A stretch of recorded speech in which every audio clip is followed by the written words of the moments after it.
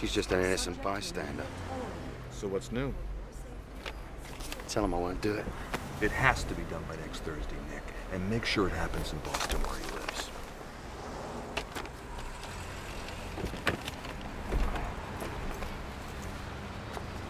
I'll see you in London on Saturday. We'll have a pint to celebrate. The white zone is for immediate no parking. Do not leave your car.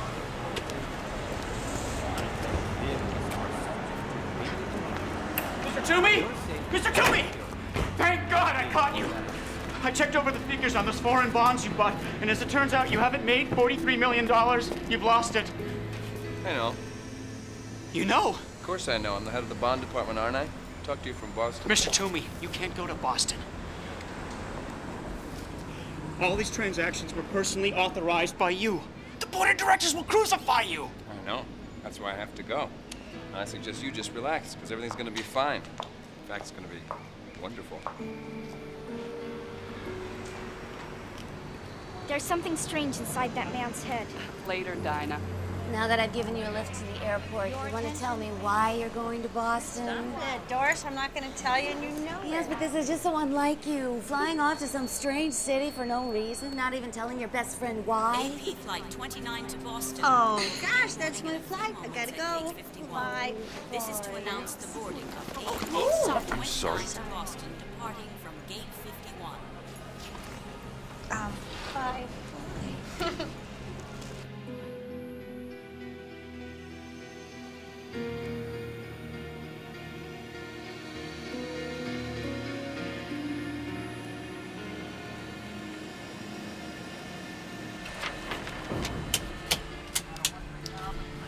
Oh, damn these gauges. They don't tell us anything. That pressure leak could have been anywhere. Don't worry about it. It's the engineer's problem now. How can I not worry about it? You know what a pressure blowout can do. We were all damn near human pate. Oh, man. Maybe I've been doing this for too long.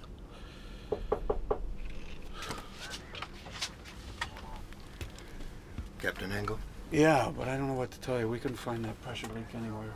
This isn't about the leak, Captain. Could I talk to you outside, please? Why? What's wrong? Outside, please.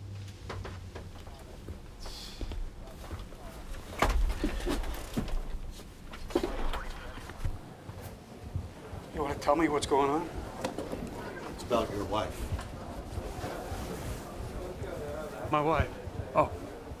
You mean my ex-wife? We're divorced. Why? What about her? There's been an accident. Perhaps you better come up to my office. What about Annie? How badly has she been hurt? Is she dead? Yes. I'm afraid she is. There was a fire in her apartment. Are you all right, Captain? Yeah. Just a shock, that's all. There's a red eye leaving for Boston right now. You can deadhead back on it if you want. Yeah, I guess I better. Ladies and gentlemen, American Pride Flight 29 to Boston is now boarding passengers in all rows. Please, Looks like have a your full boarding flight. passes ready. Yeah, I guess. What's the weather like? Clouds at 20,000 feet from the Great Plains all the way to Boston. Oh, and we've had sightings of the Aurora Borealis of the Mojave Desert. Northern Lights? Over California this time of year? Who knows? The weather's been really freaky this year. I asked for a window seat, and that's what I'd like. See right there? Yes, of Says course, where your sir. seat is. I want a window seat. Why don't you talk No, to no, the no, no, no. ticketing- Why don't you talk to the ticketing agent? I only want to talk to you. I don't want to be her problem. I want to be... There's one on every flight, isn't there? Always. And since we have a very full flight this evening, we ask that you kindly place all bags and carry-on articles securely in the overhead luggage compartment or onto the seat in front of you. If you are in need of any assistance, the flight attendant will come by to help. Well, I guess this is it, Captain. Have a nice trip. And my condolences. Thank you. Pardon me. Excuse me?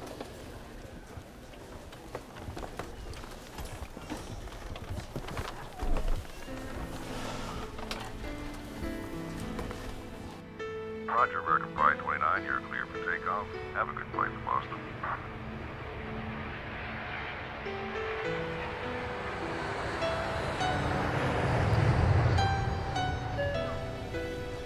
Our flight tonight will take us over the Rocky Mountains and Denver, past Des Moines and up over St. Louis, then on into the Boston area. So, folks, relax, enjoy the flight, and thank you for flying American Pride.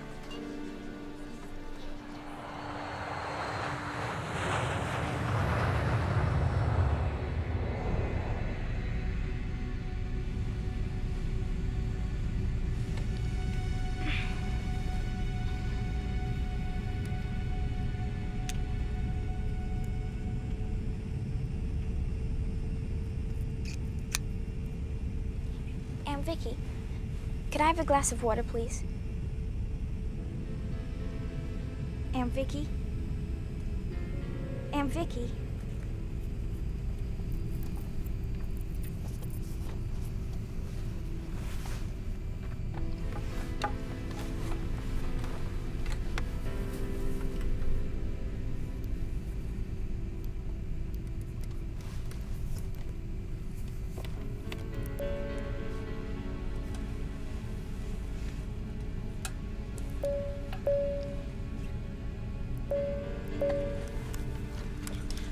Would somebody speak to me, please?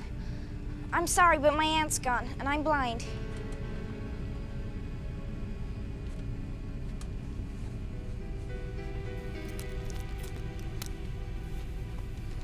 Hello? Is anybody here? Anybody?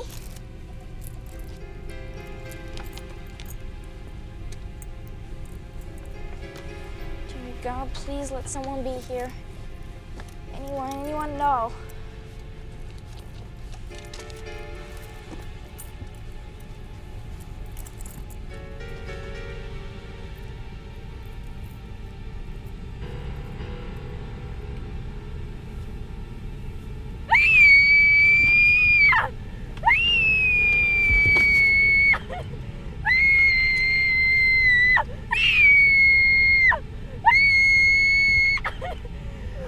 It's all right. It's all right. It's all right. What's wrong? Where is everybody? They've gone. They've all gone. What do you mean, where's everybody? They're all right here.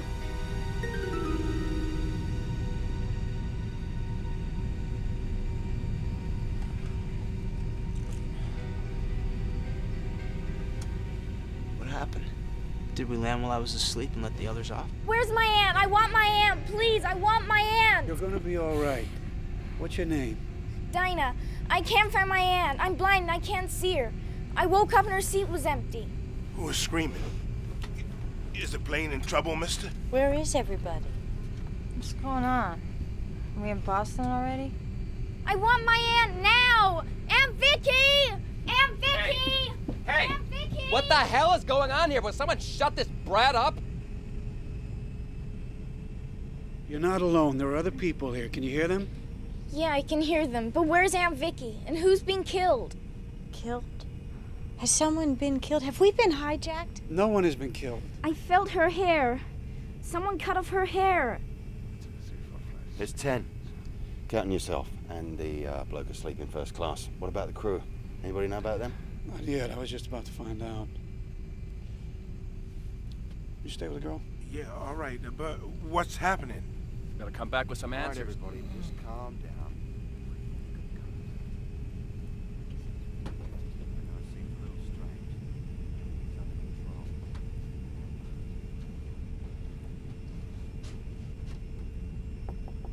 Hello, you guys. Open up.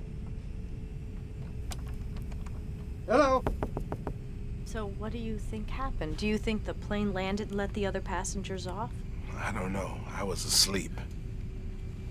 You're a teacher, aren't you? That's right, sweetie, the 5th grade. How'd you know that? It's in your voice. Miss Lee, my teacher at the blind school, sounds just like you. Well, if you'll excuse me, I think I'm going forward to join our friend. I want to know what is going on here, and I want to know right now. Oh, nor am I a bit surprised.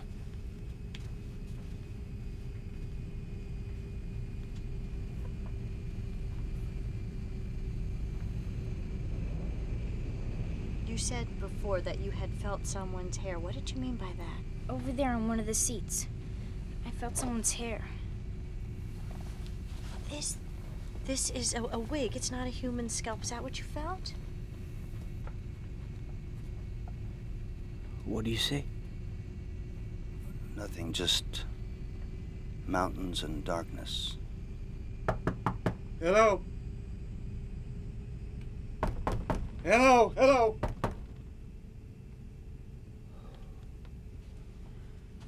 What's wrong? Flight crew disappeared with everybody else? Yeah, no, I don't know. They're not answering my calls and the door's locked from the inside. I was afraid of that. Sorry to get your wind up. Nick Hopewell. I am praying, sir, that the pilot's cap I noticed on one of the first-class seats belongs to you. It does, Captain Engel. But under the circumstances, you can call me Brian. Well, I'll call you Savior. If we find what I expect to find on the other side of that door. Well, let's try and get it open, shall we? Okay. Let's see.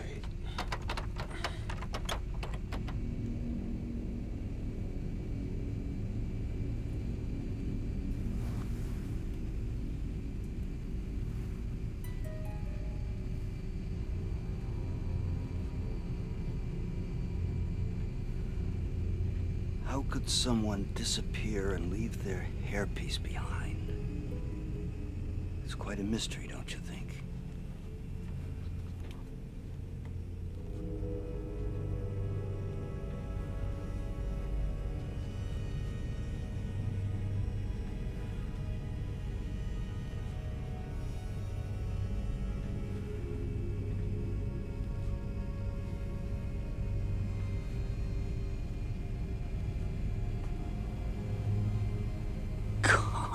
Yeah, you're not kidding.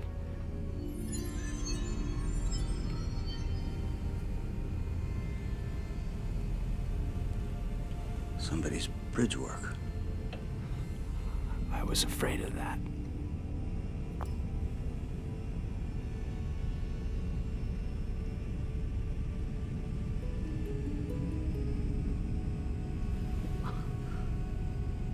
What's going on here? Hello? Excuse me. Come out from back there. Who's back there? Hi. Yeah. I'd like to know exactly what's going on, please. Currently? We're about to break the lock on the cockpit door. It seems our crew have abdicated along with everybody else. But we're in luck all the same. My new acquaintance here just happens to be a pilot. Do you work for American Pride, friend? Yes, I do. But I think what's important right No, now... no. I'm going to tell you what's important. No, I'm going to tell you what's important. You know what's important? I have a meeting at Boston's Prudential Center at 9 o'clock this morning. Promptly at 9 o'clock. That's what's important. Now, I booked a seat on this conveyance in good faith, and I have absolutely no intention of being late for that appointment. Wait. Now, I have 3 questions for you. Number 1, who authorized an unscheduled stop for this airliner while I was asleep? Number 2, where was that stop made? And number 3, why? Why was that done? You ever watch Mr. Spock on Star Trek? What the hell are you talking about? Just if you don't shut your cake hole, you bloody idiot, I'll be happy to demonstrate his Vulcan sleeper hole for you. Don't you talk to me like that. Do you know who I am? Of course I do. You're an obnoxious little twerp who likes to hide his fear behind aggression. No harm in that, but you are in the way. Listen to me. Listen! Whoa, a nose hold. I can break it. Easiest thing in the world, trust me. I said I could break it. Do you understand? Signify if you understand. Listen to me. I haven't got time to discuss your business appointments, therefore I'm going to send you back to the cabin with this gentleman in the striped shirt. Don Gaffney. Mr. Gaffney will be your escort. Once you arrive in the main cabin, cabin, you will sit down in your seat, strap your seatbelt firmly around your middle, and keep your mouth shut. Do you understand? Oh, please favor me with a thumbs up if you understand. Jolly good. Now, I'm going to let go of you and your nose now. And when I do, if you so much as utter a word, a syllable, you will be investigating hitherto unexplored realms of pain.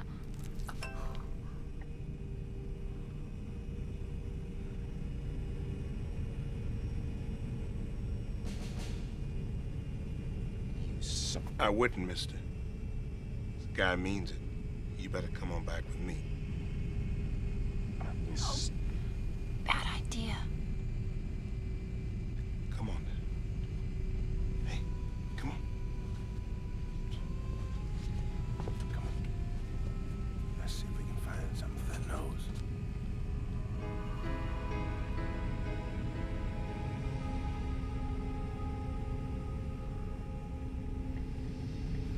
Right then, let's get the cockpit door open, shall we?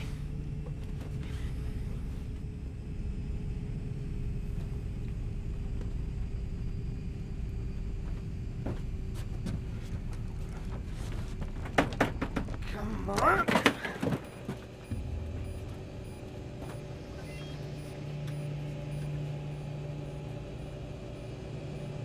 Whoa. No one's driving the plane.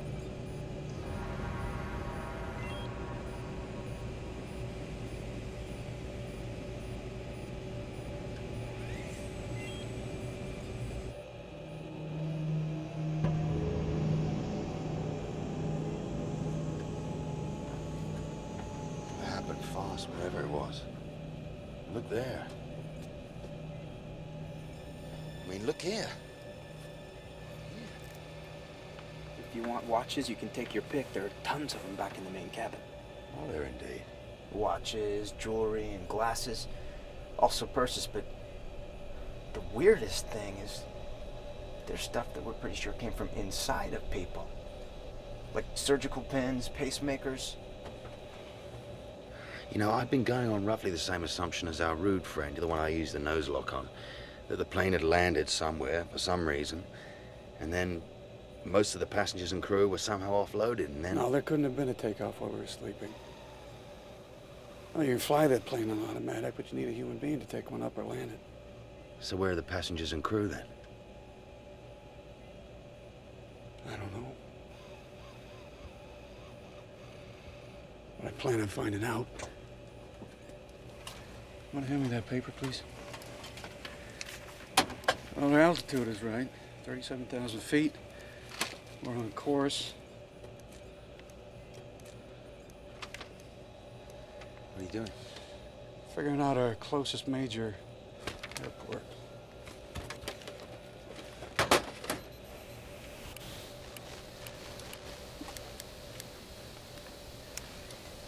Denver Center, this is American Pride, flight 29. You read me, over?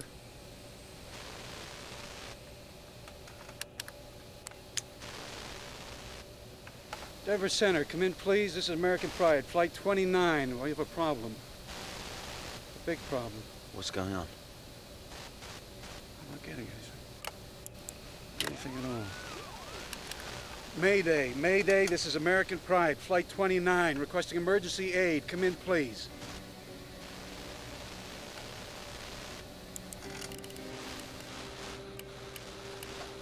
Unicom, this is American Pride, flight 29, requesting immediate radio contact. Over.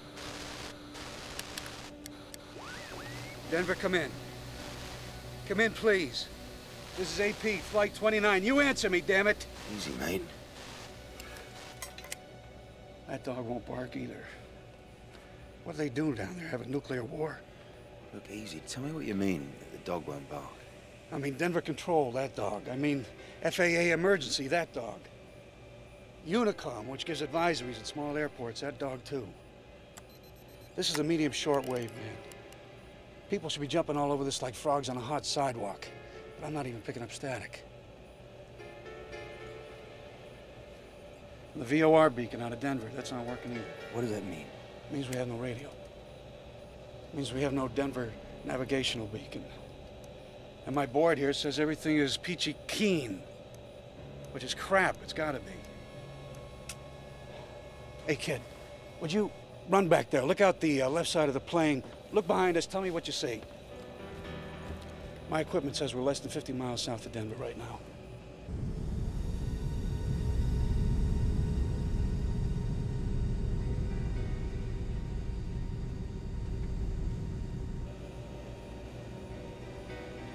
Well, there's nothing out there. Nothing at all.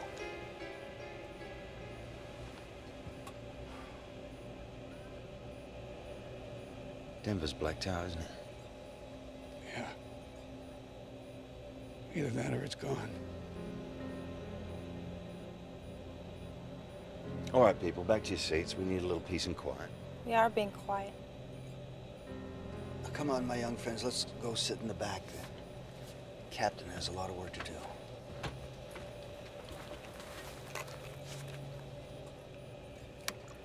What are you doing? Using the military aircraft ban.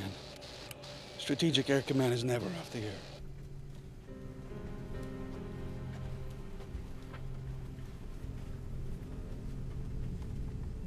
What's going on?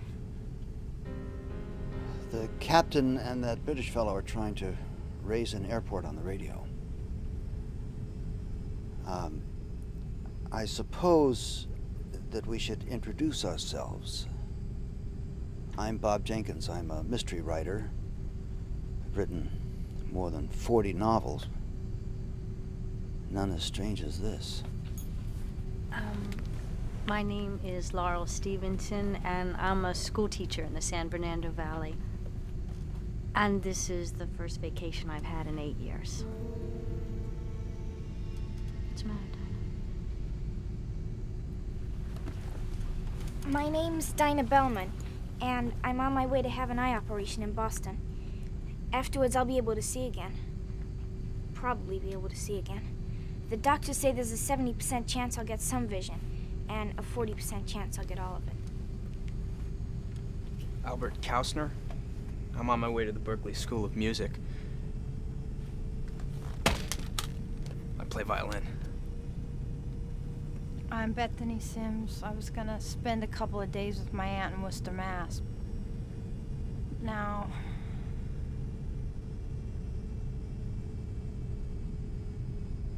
And you, sir, what's your name?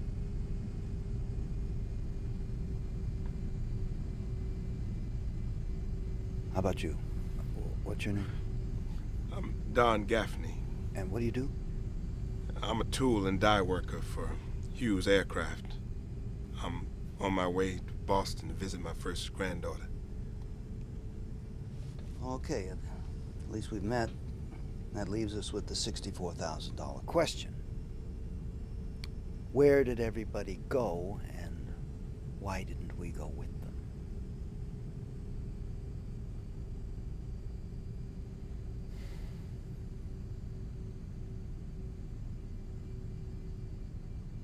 Air Force Control, this is American Pride, Flight 29. Do you read me? Over.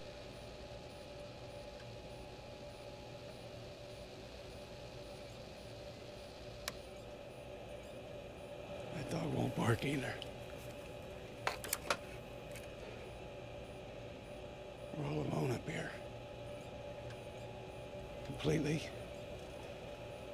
Totally. All alone. You listen to me, my friend. We don't want to panic on our hands, do we? You've got 10 people on this airplane, and your job's the same as it ever was, to get them down in one piece. You don't have to tell me what my job is. I'm afraid I just did. You look a damn sight better now.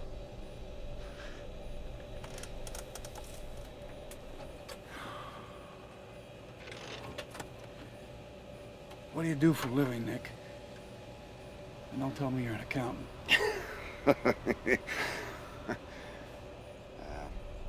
Junior attaché, British Embassy, old man. My aunt's hat. Well, that's what it says on my papers. If it said anything else, I suppose it'd be Her Majesty's mechanic. I fix things that need fixing. Right now, that means you. Thank you, but I'm fixed. Good enough, then. So what do you intend to do? Can you navigate without these ground beam thingies? Can you avoid other aircraft? I can navigate just fine with the onboard equipment. As for other planes, this thing right over here, that says there are no other planes. Well, we don't have to worry about running into anybody then, do we?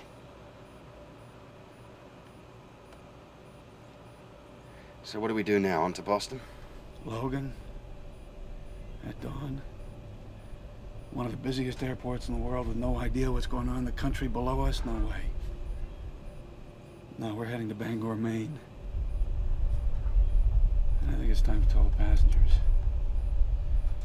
The few that are left, anyway. Could one of you gentlemen kindly tell me what's happened to all the service personnel? I've had a lovely nap. But where did everybody go? But it doesn't make any sense. Where'd everybody go? I don't know, but perhaps... Ladies and gentlemen, this is Captain speaking. Captain, my butt. Hey, shut up. As you know, we have an extremely odd situation on our hands here. We have no cockpit to ground communication. And about 5 minutes ago, we should have been able to see the lights of Denver clearly from the airplane. We couldn't. Now, all of that is bad news. The good news is this. The plane is undamaged. We have plenty of fuel. And I am qualified to fly this make and model. And the last thing I want to pass on to you is that our destination will now be Bangor, Maine. What? Our in-flight navigation equipment is in 5x5 working order. But I can't say the same for our navigational beams. Under the circumstances, Bangor International Airport will be our safest bet. I have an important business meeting in Boston this morning at 9 o'clock, and I forbid you to fly us into some whistle-stop Maine airport! Do you hear me? Would you please be quiet? You're scaring the little girl. Scaring the little girl? Scaring the little girl! Lady! We're diverting to some tin pod airport in the middle of nowhere! I've got better things to think about than scaring the little girl! Why don't you just sit down and shut up, or I'm gonna pop you one!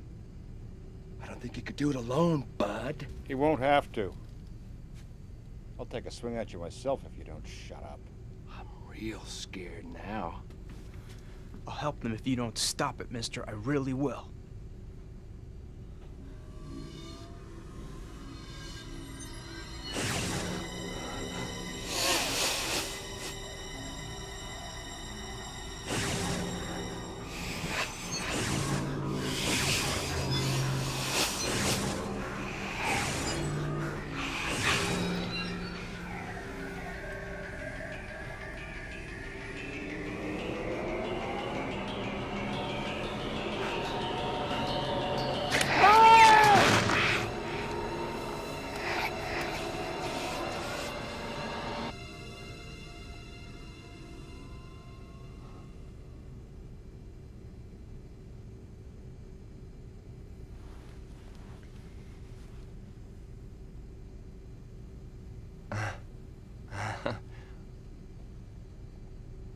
Okay. Okay, fine. You're all against me? That's fine. That's fine.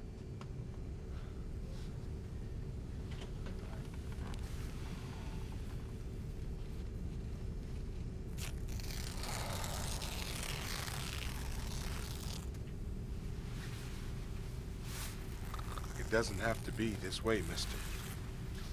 You should just relax. Take it easy.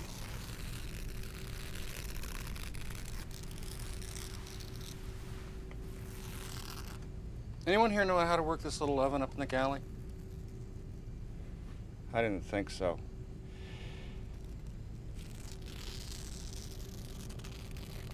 That man was just upset, you know. He's better now. We all look like monsters to him. No. I'm sure we don't. Now, what made you say that? I hear things sometimes. People's thoughts. I always have. But just now, for the first time. I saw what that man was seeing. It was dark and fuzzy, but I still saw. Sweetie, that's just your imagination, that's all. That's what my aunt used to say, too. But it's not. Why don't you get some sleep? You'll feel a whole lot better. No, I won't. Besides, I was asleep, and now I'm all slept out.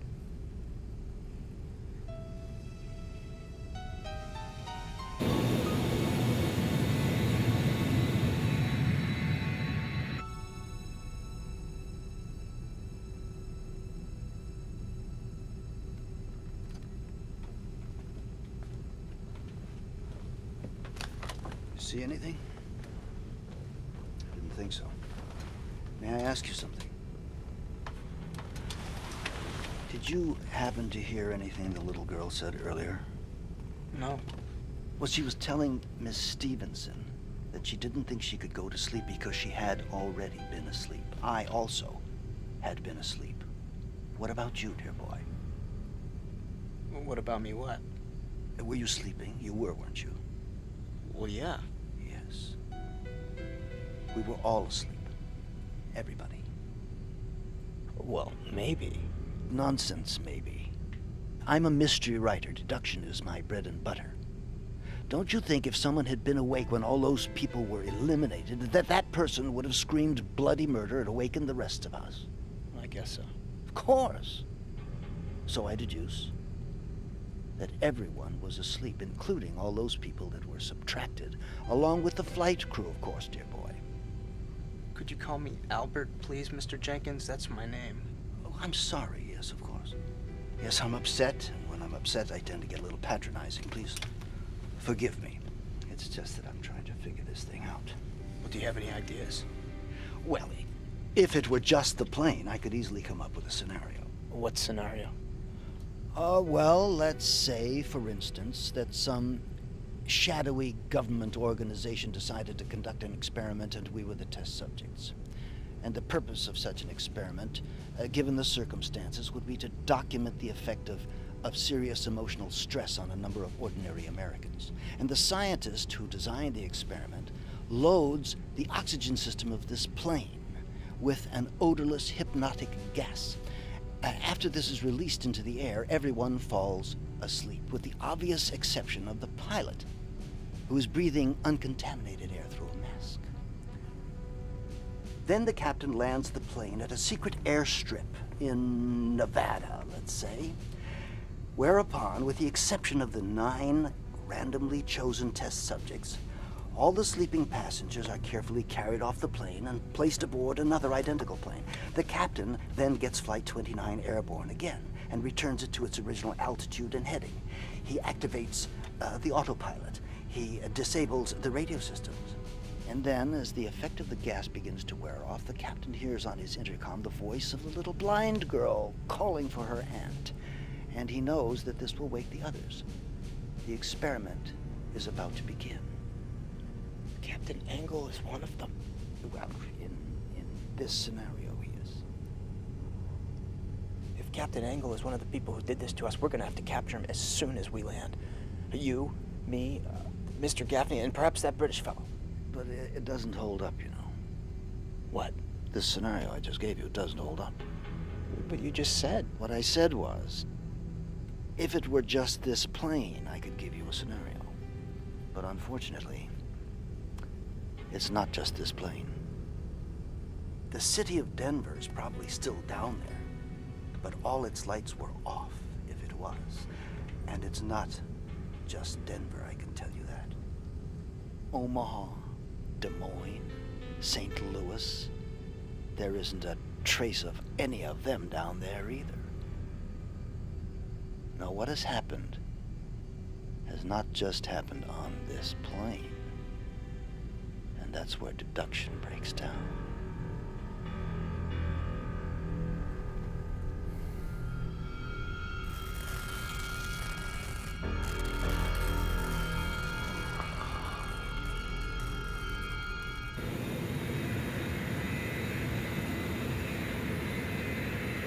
St. Louis Center, come in, please. This is American Pride, 29 Heavy. Repeat, American Pride, Flight 29 Heavy. Do you read me, over?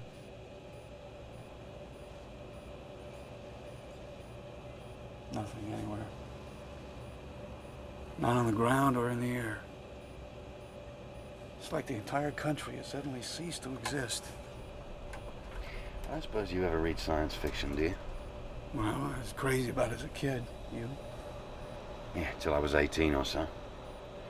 I've been sitting here running all these old stories through my head. You know, time warps, space warps, alien raiding parties. I mean, we really don't know if there's anything left down there, do we? Not with all this cloud cover. No, we don't. No, and it might hold all the way to Bangor. With air traffic control out of commission, there's no way of knowing. Suppose you just took us down for a little look-see. No, too dangerous. With no ATC and no other planes to talk to. You can laugh at me if you want. I'm not laughing, matey.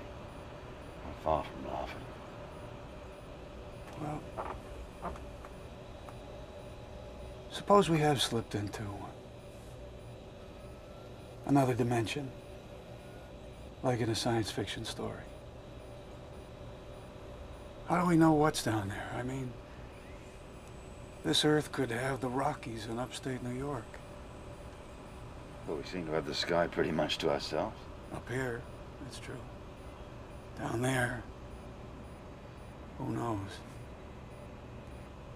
And who knows is a very dicey situation for an airline pilot. So, for now we just go on. Right. And wait. Right again. Well, you're the skipper. That's 3 in a row.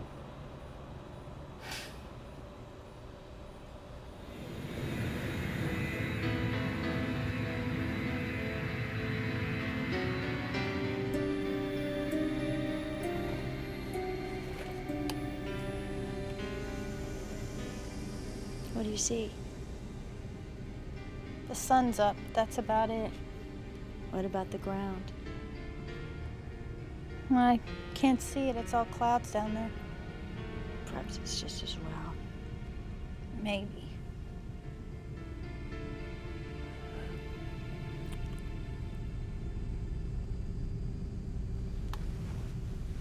Feeling better? A little. I don't mean to pry. But... What? You can ask me what you want. Why did you lie about why you were going to Boston? How did you know I lied? I could hear it in your voice. I can hear lots of things. Maybe because I'm blind. I don't know, but I know you don't lie. Otherwise, I wouldn't have heard the difference. I was going to meet someone. A man named Darren Crosby. How did you come to know him? Well, that's the embarrassing part, and that's why I lied. I've never actually met him before. We started corresponding through a personal ad in a magazine, and I liked him. I mean, I liked what he wrote and what he looked like in his picture, so I agreed to fly to Boston to meet him. That's strange, isn't it? To fly all the way across the country to see someone you've never even met before. Yeah. But I just realized it didn't have anything to do with Mr. Crosby. It was really about me. I didn't want to play it safe anymore. I was trying to break out of the confines of my life and have an adventure. Well, I guess I got more of an adventure than I bargained for.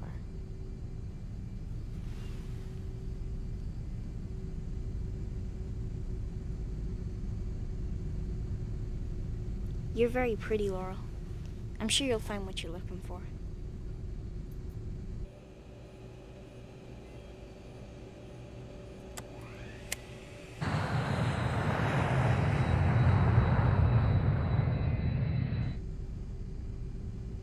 Do you think we're gonna be all right? I think so. I hope so. Kind of scared what might be under those clouds. Then I was scared anyway about Boston. My mother, all at once, decided how it'd be a great idea if I went to spend a couple of weeks with my Aunt Shauna. I think the idea was for me to get off the plane and then Shauna pulls a string on me. What string? Do not pass go, do not collect $200, go directly to the nearest rehab and stay there till you've dried out. Everything just seemed so weird before that this just seems like more of the same. This is really happening, isn't it? I mean, I'm not just imagining it, am I?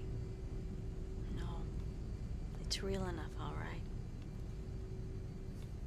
Do you need a rehab, Bethany? I don't know. I guess I might. I used to just think it was party time, you know? All the booze and drugs I could get, but now, I don't know.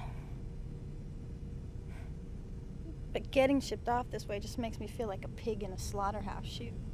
I'm sorry. Yeah. I'm sorry too, but I guess this is the wrong time to worry about it, huh?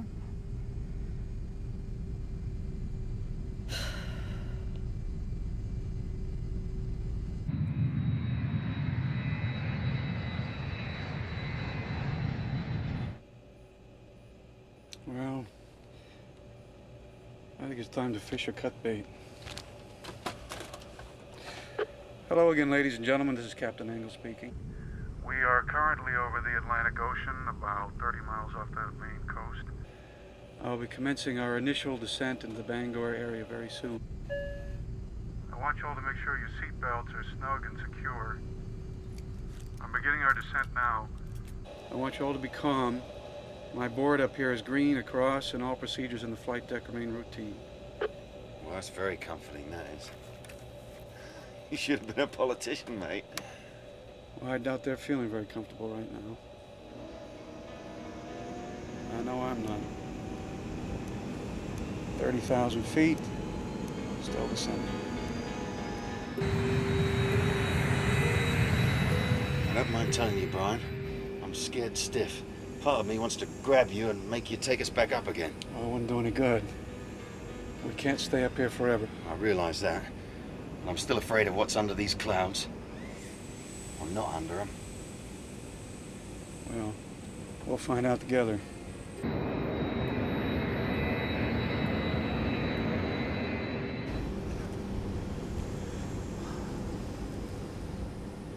I figure we might as well all be together on this one.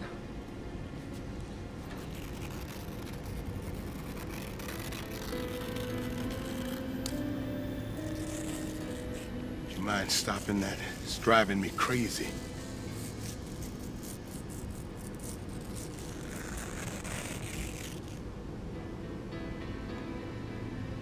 Well, at least we'll be able to get some chow when we land.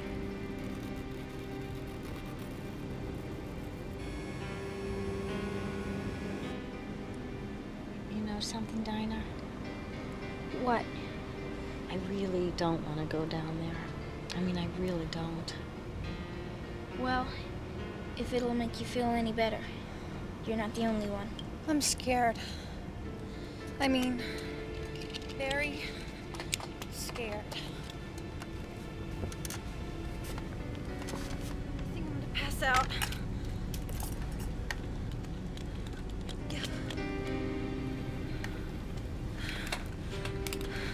It's going to be all right. I hope so. Oh!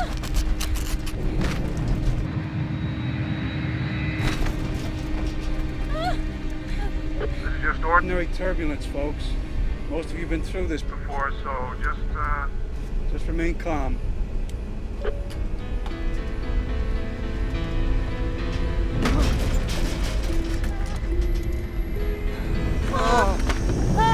What's wrong? Is there something wrong with the plane? Are we gonna crash? No, I don't think so, sweetie. I hope not. Is it gonna be all right? Is it really gonna be all right? I hope so, honey. I hope so. God help us all.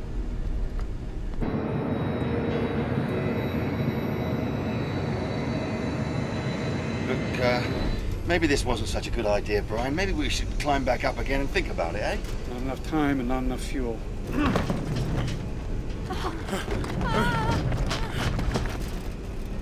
Hang on. Going in.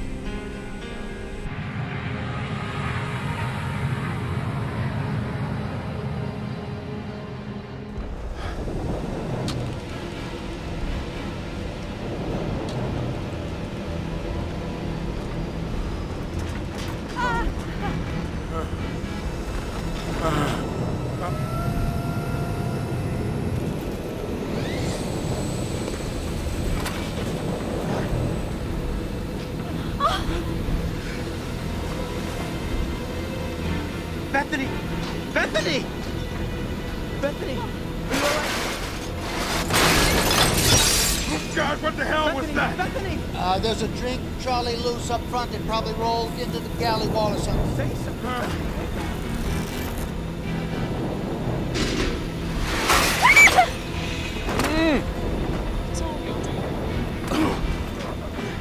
Please, I don't want to die. I just don't want to die.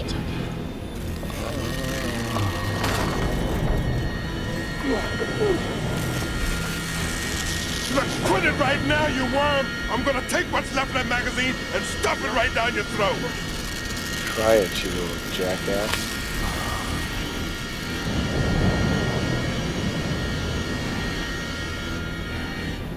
3,000 feet. How low is this ceiling, Brian? I don't know. Lower than I'd hoped, that's for sure. Oh, that makes me feel a lot better. I'll take us down to 500 feet. And if we still haven't broken through the cloud cover, I'll take us back up again. We'll fly down to Portland. Well, maybe you should take us that way now. You know, the weather down there is almost always worse than the weather here. This is starting to look like a bad decision, mate. We haven't struck out yet. But we are running out of room, aren't we? I mean, 2,000 feet. Somewhere underneath all this grayness, the ground's rushing up to meet us, isn't it? Yeah, it is, but we still get... There we go. We're coming through.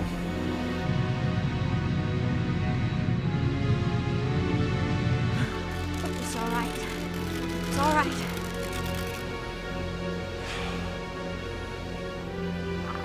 We've broken through the ceiling, ladies and gentlemen. In a few minutes, you're going to hear a thump from below. That'll be the landing gear lowering into place. I am continuing our descent into the Bangor area.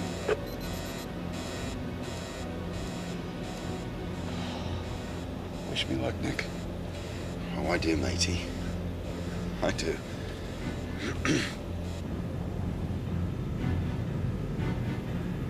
What do you see, Laurel? We're over land. I see a field and a forest and what looks like a pond. It's there, Dinah. It's all there. I'm sorry, miss, but you're completely wrong.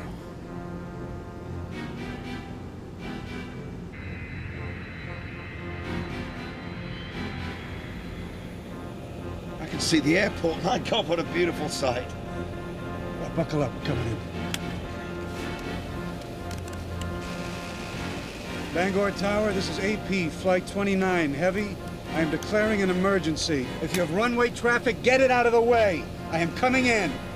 Yeah, the runway lights are dead, Brian. No time to worry about that now.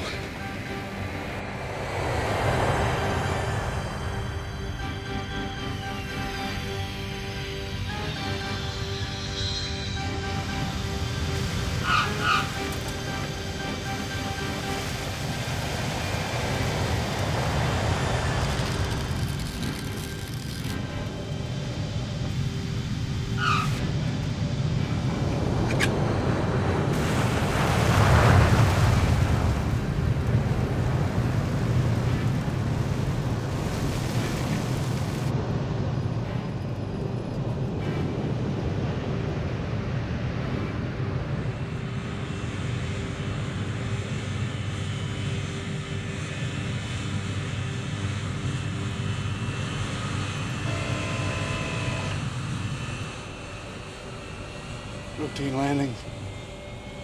Nothing to it.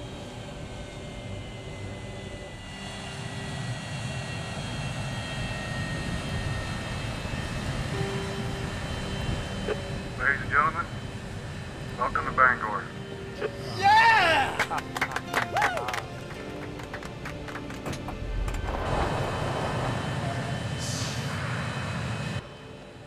Thank you for that welcome, my friend. My deep appreciation stems from the fact that it appears you're the only one who's going to extend one. And this place is utterly, totally deserted. No, it can't be.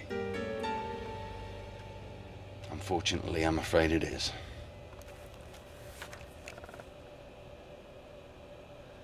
So what do we do now, Brian? We get out of the plane, and we see what's what. After you, Squire.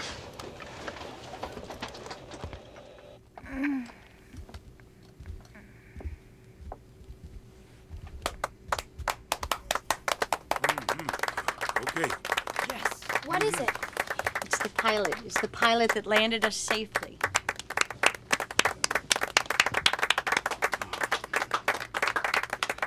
Ladies and gentlemen, I assure you it was a very routine landing. Aw, shucks, ma'am, it weren't nothing. We made it down alive? That's great. If I could just have your attention. I know you've all looked out the windows, so you know as much as I do. Not only have the passengers and the crew on this flight disappeared, but it now appears that the people on the ground have disappeared as well.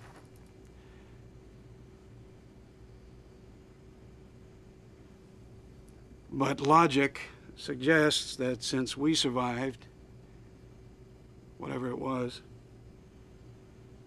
that others must have survived it as well. False logic. I think the best way of dealing with this is just to take things one step at a time. And the first step is exiting the plane. I bought a ticket to Boston, and Boston is where I'd like to go. Shut up.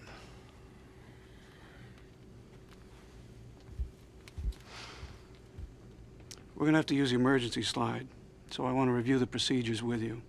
Now listen carefully, and then form a single file line behind me.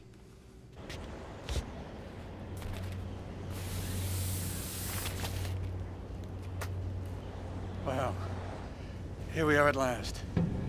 You know, there's something wrong with the air here, Brian. It's... What do you mean? I don't know. Poisoned? No, at least I don't think so. Just no odor, no smell. What? Is there something wrong?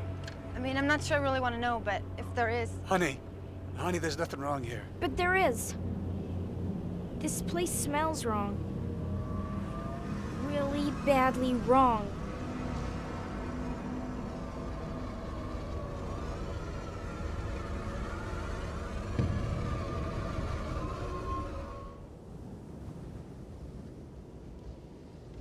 We have to investigate. We don't have any choice. You understand that, don't you? Why? Why do we have to? There's no one here. Well, we really won't know that until we check, will we? I know already. Listen. There's nothing to smell and nothing to hear. No birds singing. No motors revving, no nothing. But what? Never mind. Well, what now, Captain? You tell me. Us. I suspect this is more your territory than mine. You realize I can turn you in for this, don't you? You realize I can sue this entire airline for $30 million and name you as primary respondent? Well, that's your privilege, Mr. Toomey. Craig Toomey. Mr. Toomey. Mr. Toomey, are you aware of what has happened to us? There are no excuses. Mr. Toomey? Just terrible. Mr. Toomey? Stop wasting time! Mr. Toomey? This is terrible. Just terrible. An A- and a B. A B, for God's sake. What, you gonna dig ditches for the rest of your life? But Daddy, There are no excuses. Look at this. That's a B. That stands for bum. Now, what happens to lazy bums who lie down on the job, Craig? The Langoliers get them? They do more than get them. They get them and they eat them. They tear into those lazy little boys with their dry, hungry, chomping teeth. No, Daddy, don't let them get me. They will get you unless you get with the program and stop wasting time. They will eat you alive, alive and screaming. Mr. Toomey. Mr. Toomey? Stop wasting time, Craig. Mr. Toomey, are you listening to me? Of course I'm listening to you, and I know what happened to everybody here, these stupid, lazy people. The Langoliers got them. Pardon me? You know how important my meeting at the Prudential Center in Boston is? Do you understand that the economic fate of nations may hinge on this meeting, a meeting from which I shall be absent? Well, that's all very interesting, but really, right now, I don't have the time. Time? What the hell do you know about time? Ask me about time! Ask me! Time is short, sir!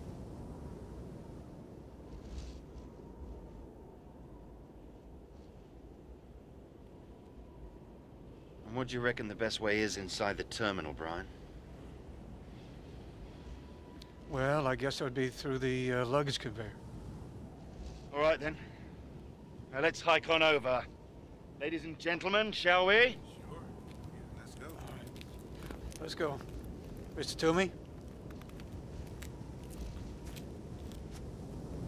Let's keep together, please.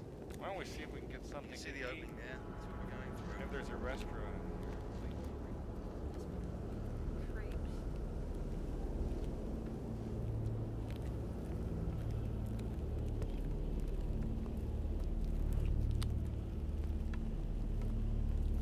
Don't have to worry so much, Dinah. It's just that the situation is strange, therefore everything seems strange. Including the sound your heels make hitting the concrete? You're right. They sound weak.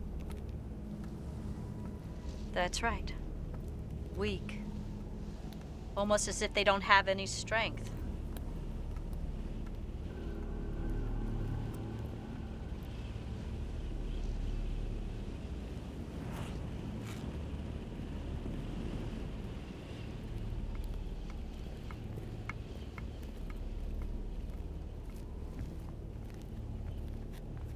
Coast clear.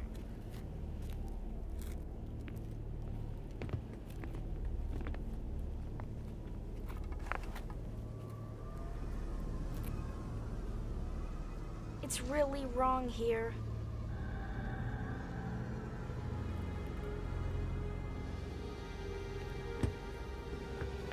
Watch your head going through here.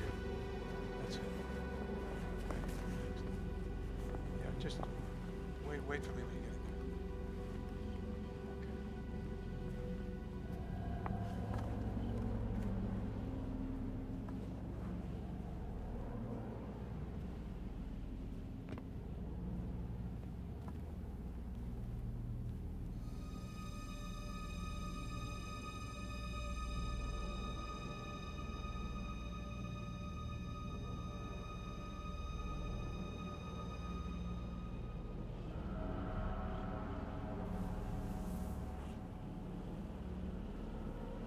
Right then.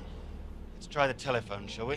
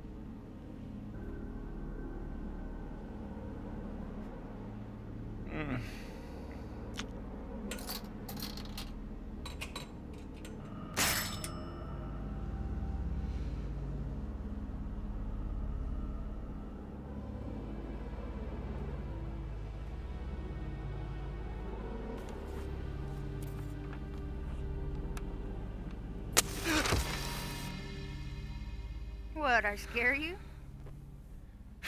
A little. God, at least that's better. Didn't dare do it on the plane. I thought I might blow something up.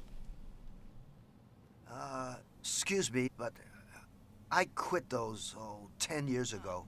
No lectures, please. I've had enough to last me a lifetime. No. I was gonna ask if I could have one. Thank you. Thanks.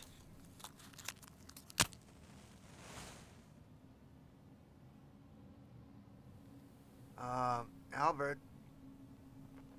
What? God, you have been away. Here. Now I know why I quit him. God. Albert, what time's your watch say? 8:45. Yeah, so does mine. But I don't trust it. It feels much later than that to me. You know, it does. It feels like it's almost lunchtime. Isn't that nuts? It's not nuts. It's just jet lag. No, I disagree with you, young lady. We traveled west-east, and any temporal dislocation that west-east travelers feel works in the opposite direction. They feel it's earlier than it really is. I wanted to ask you about that exact thing on the plane. When the captain told us that there must be other people here, you said false logic. But it seemed straight enough to me.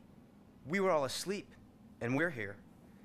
And if this happened at 4:07 Bangor time, well, then almost everybody in town must have been asleep. Yes. Yes, so? Where are they?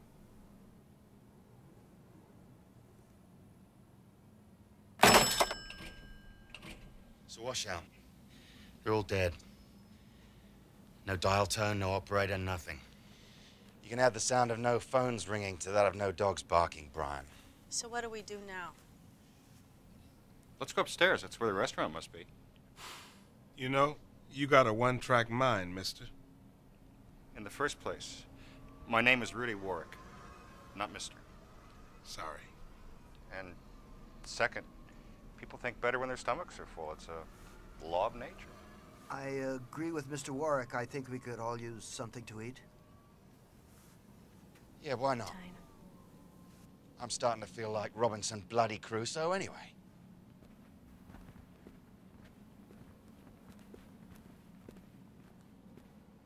You know something, don't you?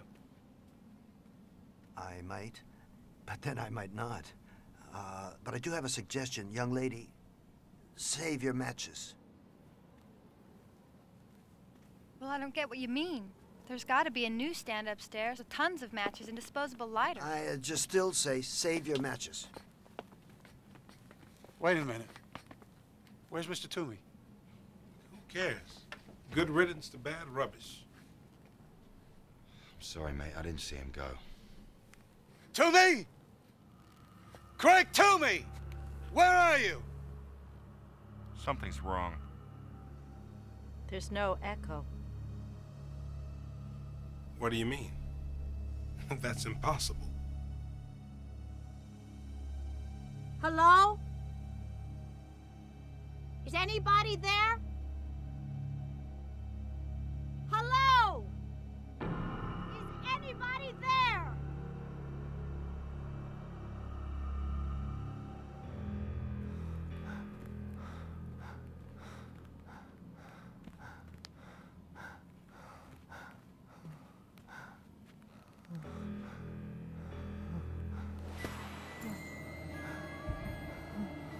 They're coming, son. The Langoliers are coming. No, no one is coming. They're coming for you. You've been bad. You had an appointment in Boston, and you skipped it. No, it wasn't my fault. I was kidnapped. There are no excuses! Lying down on the job is lying down on the job. I don't want my job. What? I don't want my job, and I don't want my life. Since I was 5 years old, you've been loading on the pressure, seeing if you could make me explode. Well, I am going to explode, Father, and I don't give a damn. You know what I did? I bought $43 million worth of bonds I knew were total garbage. Did what? I burst on a target on my own head. I went out. I went out. Get a hold of yourself, for God's sake. Now, are you ready to get with the program? Why can't you love me and leave me alone? Love is not part of the big picture. Now, are you gonna look at the big picture, or do I have to let them have you? No, they don't even exist. They exist. No. They were here and they'll be back. They'll be back for you, you lazy sack of dirt. What can I do? What can I do? What can I do? What can I do? You do whatever you have to do, and you get to Boston.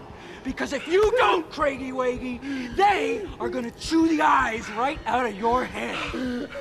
Daddy, no, make them go away! Make them go away, please! Just make them go away! Make them go away! Okay? Okay? To me! Craig, to me!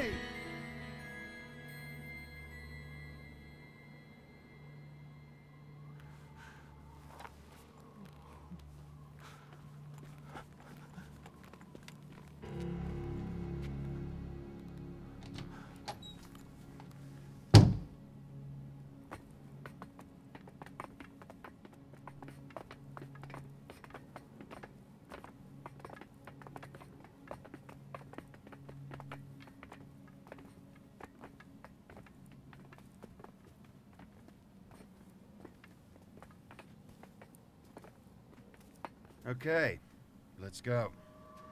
Wait. What? Shh.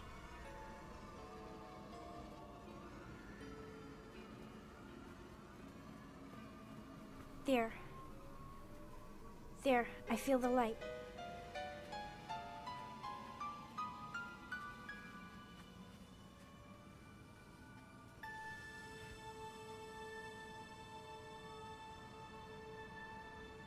The glass is wrong, too. Dinah. Shh. I hear something.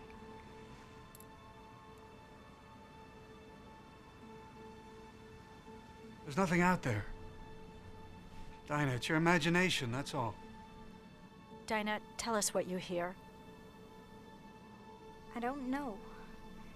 It's very faint. I heard it when we got off the airplane.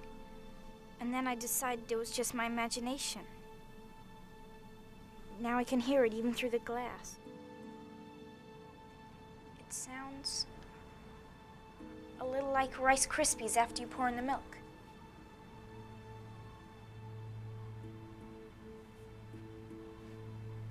You hear anything? A bloody thing. Mind you, she is blind. I mean, she's used to making her ears do double duty. I think it's hysteria. Do you hear anything? Not a bloody thing. Mind you, she's blind. She's used to making her ears do double duty. I think it's hysteria. Dinah, what are you talking about? I was talking to Nick.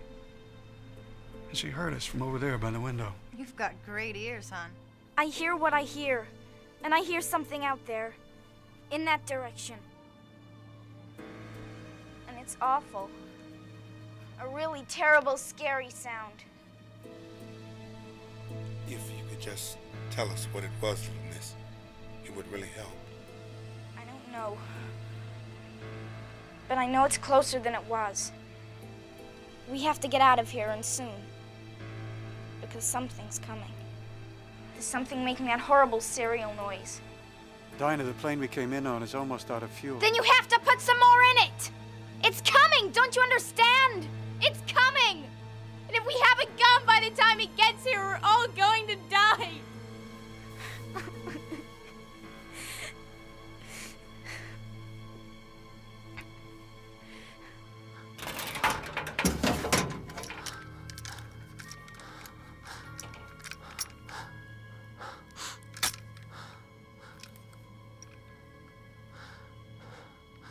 I don't want to hurt anyone.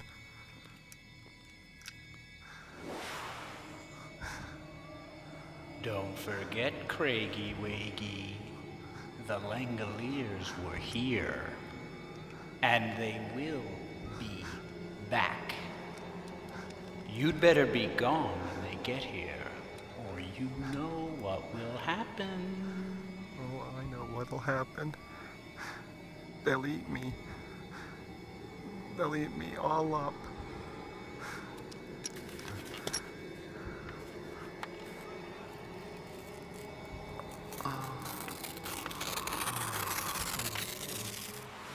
Well, look, this is an airport.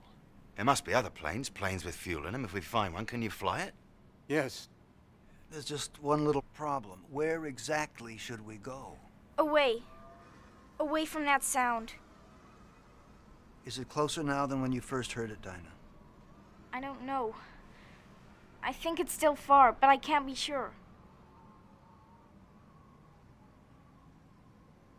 Then I think we should do what Mr. Warwick has suggested. Let's find the restaurant, have a bite to eat, and then we can figure out what's going to happen next. Who elected him leader of the group? We better go along. I think he really knows his stuff. What kind of stuff? I don't know exactly, but... well, I think it's worth finding out. Well, come on. Right. I'm starving. Let's see what they got.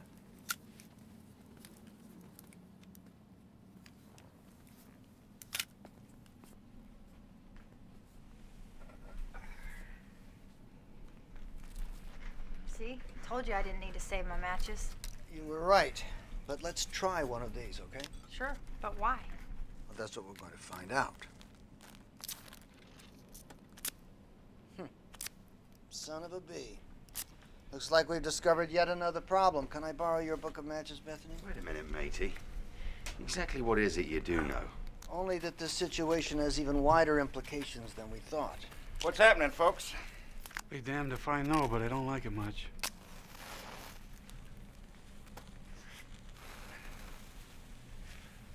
Huh. Even that's more than I expected. All right, tell us about it. I know you... It's spoiled. Damn, I hate that. Spoiled? No. No, I doubt that. Well, you can tell from the clocks that the power in the cold case must have gone out less than 5 hours ago. You don't think it's spoiled, you try it.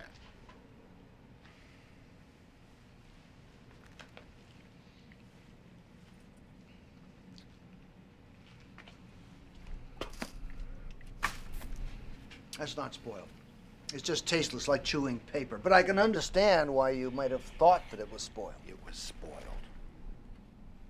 Try your beer. See how that is. I don't want it anymore. Here, give it to me. I've drunk 'em warm before. Don't cross my eyes none. Damn. Flat. Flat and tastes like an old tire. Oh, good. That's good. Flat, that's something we can see.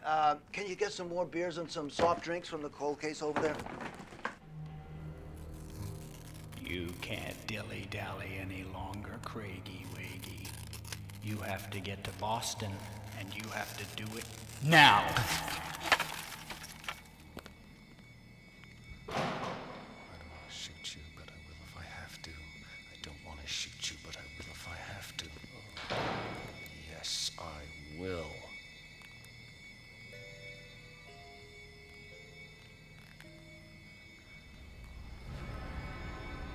You're out there, aren't you? You ate up all the useless, lazy people, and now you're coming back for me. But I'll be gone by the time you get here. I'm going to Boston.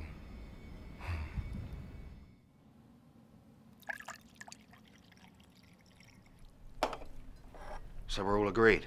The beer's flat. But why? Well, I have an idea, but before I say anything else, I'd like you all to look around this place very carefully and see if you can tell me what's different about in here than on the plane.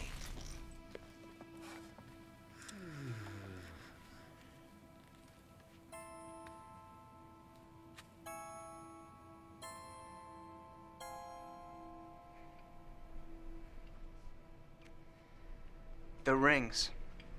The wallets, the purses, the surgical pins. None of that stuff is here. Correct. That's 100% correct. As you say, there's none of that stuff here. But when we woke up, it was on the plane. Why isn't it here? Maybe nobody was here when it happened. No, that's nonsense. An air terminal is like a police station or a fire station. There's people there regardless of the hour. Watch out, I hear someone! I don't want to shoot her, but I will if I have to. Now take me to Boston. What's you happening? hear me? What is it? Take me to Boston. You're choking me! What is he doing? What's choking me! Steady on, old mate. Stop moving around! You can make me do something I don't want to do. Now you stop moving Do around! as he says, Bethany. I don't want to shoot her, but I will if I have to! Ow! No, Albert!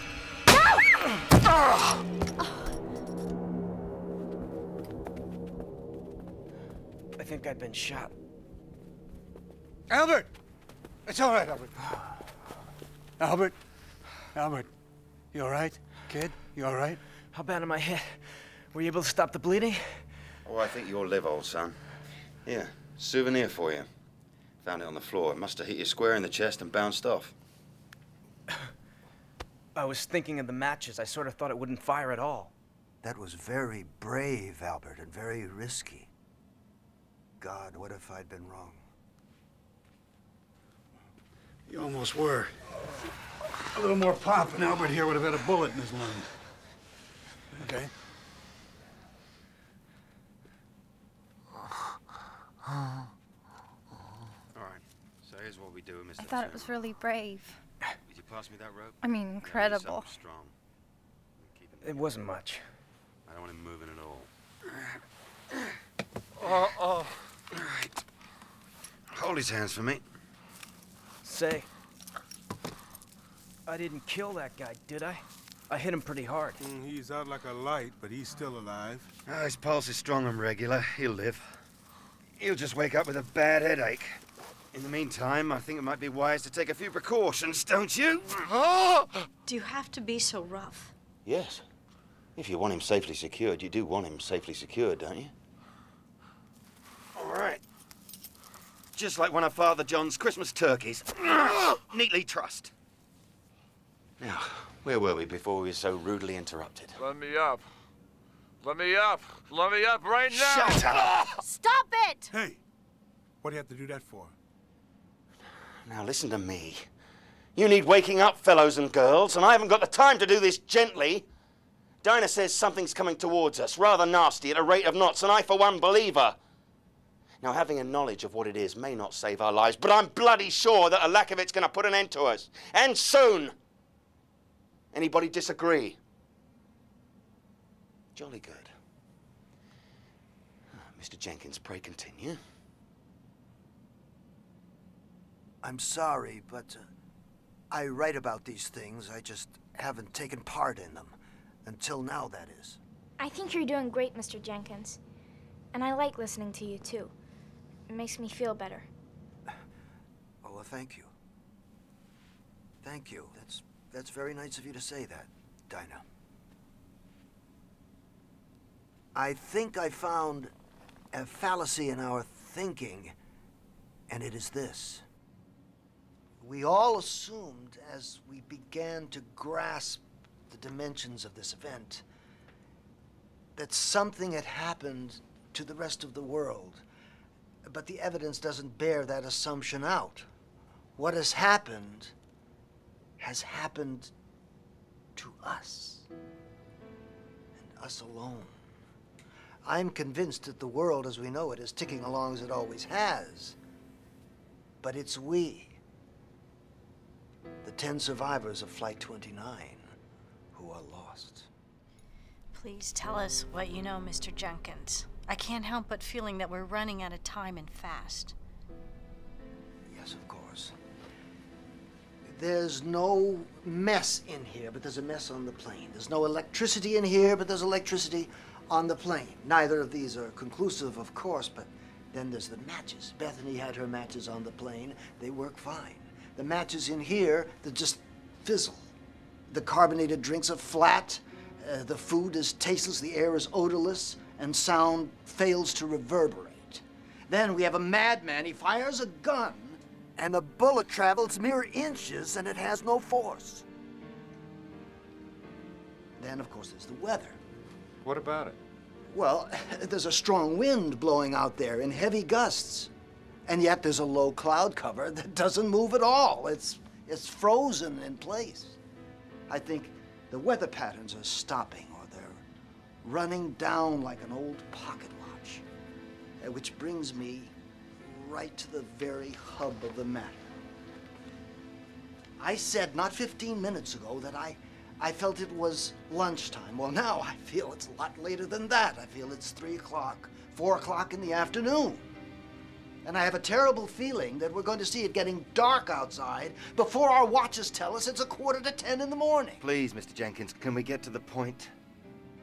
Well, the point is that what we're dealing with here is time. Not to mention, as Albert has suggested,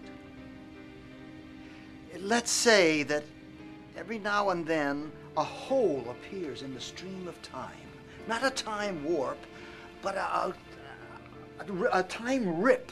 A rip in the temporal fabric. That's the craziest thing I ever heard. Amen. Mr. Gaffney, what's happening to us, the situation that we're in, this is crazy. Go on. Well, let's say that such a rip in the fabric of time does occur now and then. It would be similar to certain rare weather phenomenon that are reported, like upside-down tornadoes and circular rainbows and daytime starlight. The Aurora Borealis. What? There was an Aurora Borealis over the Mojave Desert when we left LAX. We were supposed to fly right into it. Well, that's it. That's it. An aurora over the desert. That strengthens my point, doesn't it? If we had the bad luck to fly into that, and it was a time rip, well, that means that we're no longer in our own time, ladies and gentlemen. Look, I have to agree with the lady. Time is short. Could we just get to the bottom line, please, Mr. Jenkins? The bottom line is, I believe, that we have hopped an absurdly short distance into the past. Say as little as 15 minutes. And we're discovering the unlovely truth about time travel. That one can't appear in the Texas State School book depository on November 22nd, 1963, and hope to stop the Kennedy assassination. One can't witness the building of the pyramids or the sack of Rome, or investigate the age of the dinosaurs firsthand. No, fellow time travelers. Have a look around you. This is the past. It's empty. It's silent. It's a world with all the meaning of a discarded old paint can. Sensory input has disappeared. Electricity has already disappeared. And time itself is winding down in a kind of a spiral that's going faster and faster. But what about us? If this place is winding down and we're caught in it, I suppose we'll wind down with it. Or else wink out of existence like the other passengers on our flight.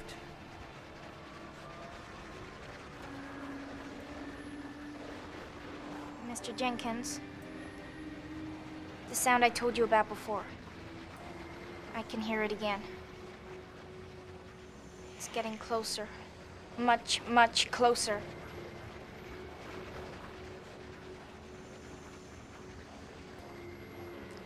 I'm going back out to the windows.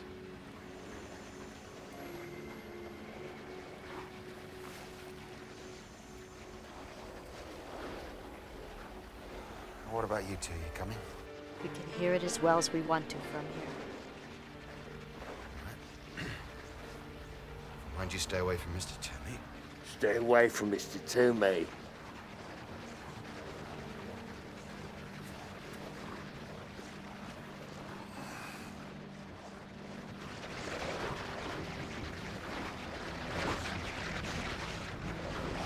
What do you make of it, Brian?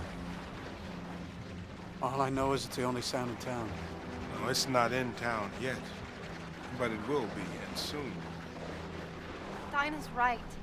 We gotta get out of here, and we gotta get out of here now. Yeah, but where do we go? Atlantic City, Miami Beach, the nearest spa? Captain, you're suggesting that there's no place we can go. I hope that you're wrong about that. First, I have a question. Is it going to be possible to refuel that plane even though there's no power? Yeah, they have fuel pads in the ground next to the jetway out there. They should be full. But even if we do refuel the plane, then what? Then we take off again. The sound is coming from the east. The time rip was several thousand miles to the west. Can you retrace our original course? Yeah, I can, but why? The time rip might still be there. Don't you see? We might be able to fly right back through it. He might have something there, Brian. He just might. Yeah, he might. He might, or he might not. It doesn't really matter, because we're not going anywhere in that plane. Why not? If we can refuel it, then why... Remember the matches? The ones from the bowl in the restaurant, the ones that wouldn't light? What? What about them? Well, don't you see, mate? If the matches won't light and the beer's flat... Then jet fuel won't burn. It'll be as used up and as worn out as everything else in this world. I might as well fill up those fuel tanks with molasses.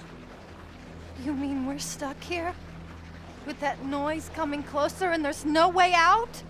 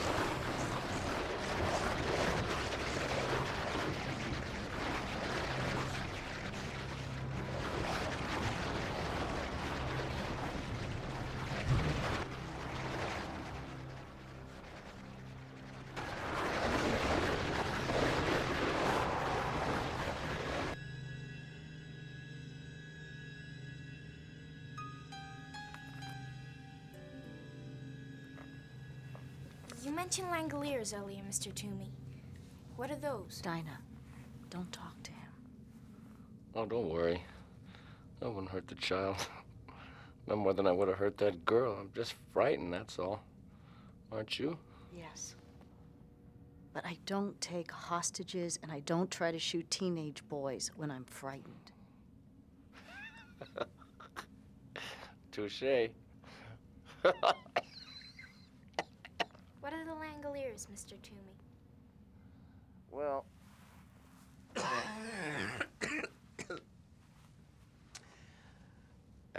I used to think that they were make-believe, but I'm beginning to wonder because I hear it too. The sound. The sound's the Langoliers. Well, I don't know what else it could be. Tell me more about them. Well...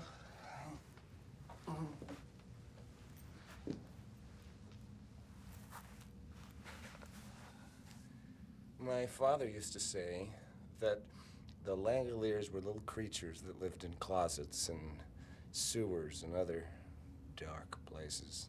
Like elves. No! No, not like elves. Nothing quite so pleasant, I'm afraid. He said that all they really were was hair and teeth and fast little legs. And oh, those little legs had to be fast so that they could catch up with all the bad little boys no matter how quickly they scampered. Stop it. You're scaring her. No, he's not. I know make-believe when I hear it. I think what Laurel means is that I'm scaring her. Well, my dad said there were thousands of Langoliers. There had to be thousands of them because there are millions of bad little boys and bad little girls scampering all over the world. Oh, my father loved that word, scampering. I think because it implies senseless, directionless, unproductive motion. Because the Langoliers, they run. They have purpose. In fact, you could say that the Langoliers are purpose personified. What did the kids do that was so bad the Langoliers had to run after them? Well, I'm glad you asked that question, Dinah. Because when my daddy said someone was bad, he meant that that person was lazy. And a lazy person couldn't be part of the big picture. Because in my house, you were either part of the big picture or you were lying down on the job. And if you were lying down on the job and you weren't part of the big picture, then the Langoliers would come and take you out of the picture, take you out of it altogether. He said you'd be lying in bed one night and you'd hear them coming towards you, crunching, jumping, smacking. Stop it! That's enough.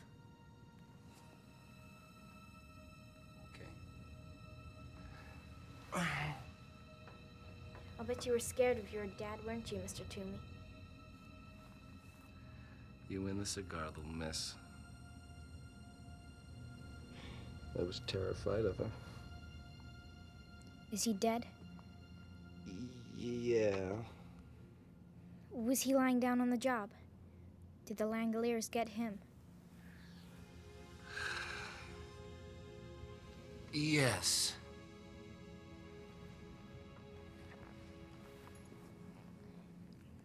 Mr. Toomey? What? I'm not the way you see me. I'm not ugly, none of us are.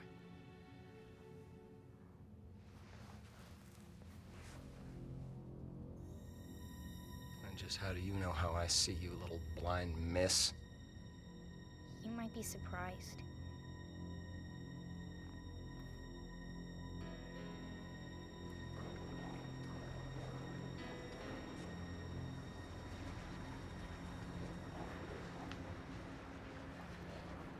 Okay, so what do we do now? I don't know.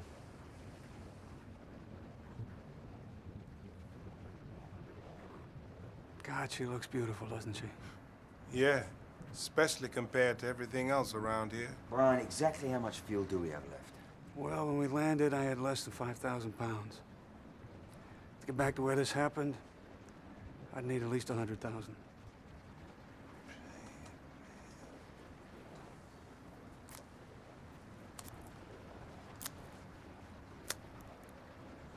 Whatever's happening seems to be catching. Well, I'm going back to the restaurant. I don't like leaving the ladies alone with that banker fella too long.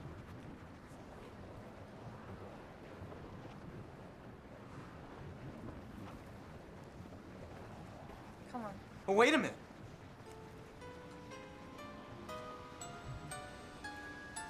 Albert? Albert, what is it? Captain Angle. Captain Angle, come here.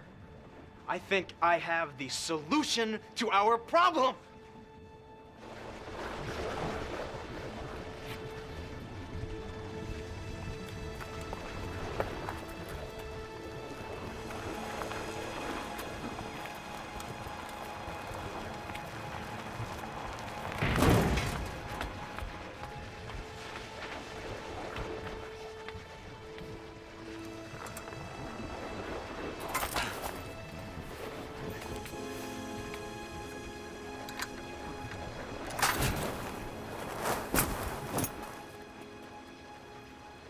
What are they doing? Well, they've taken the slide away and they're putting the stairway by the door. And now they're going up. Are you sure you don't have any idea what they're up to?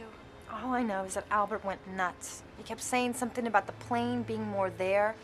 I didn't get it. He just was really jabbering. I just hope they hurry up. Because poor Mr. Toomey's right. The Langoliers are coming. Sweetie, that's just something his father made up. Maybe once it was make-believe. But not anymore.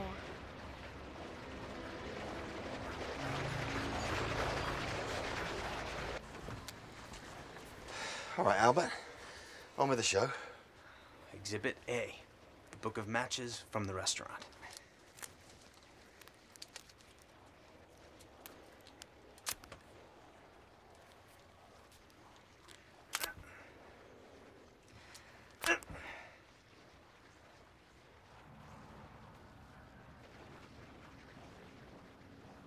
Looks different outside. The light's going. That's what's different. How's Mr. Toomey? You kidding? He fell asleep.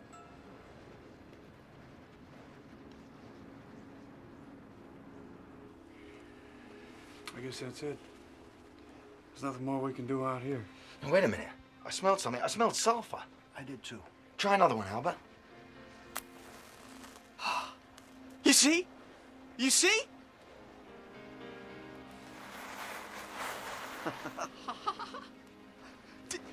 Do you see what it means? We brought our own time with us.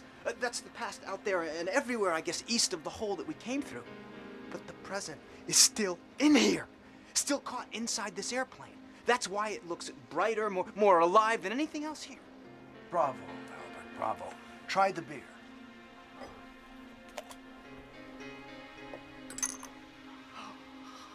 Smell. By God, it smells like beer. Well, come on, mate, pour it. My doc says suspense is bad for the old ticker.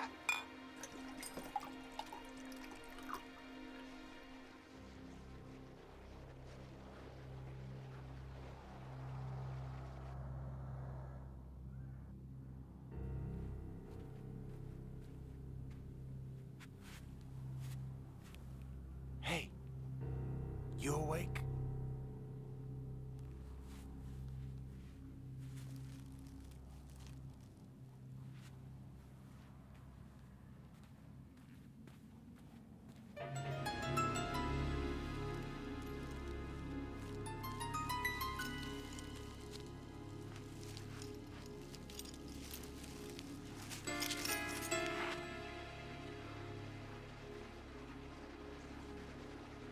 So the matches work, but the lager doesn't. What does that mean?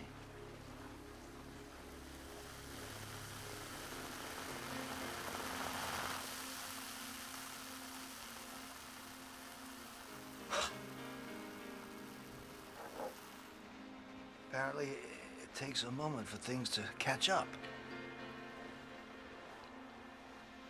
Oh, that's excellent. That's the best beer I ever had in my life. Oh, you're right. It's bloody marvelous. Yeah, try the soda.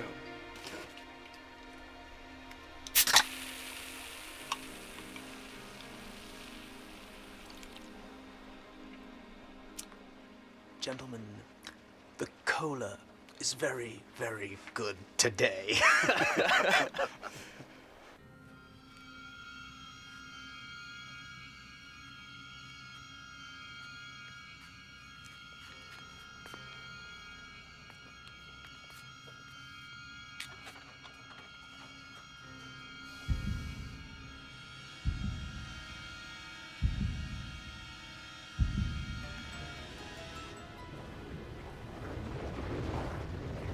Christ almighty, it's dark.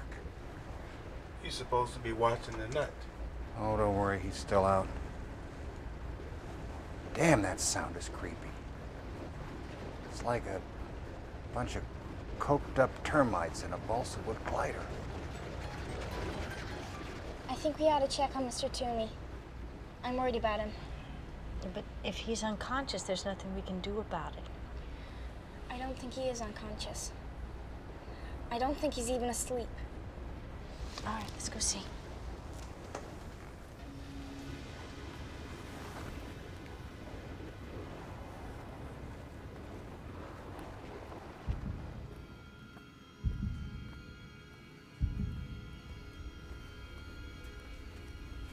Hey, look, I thought I'd... Oh, my God, where is he?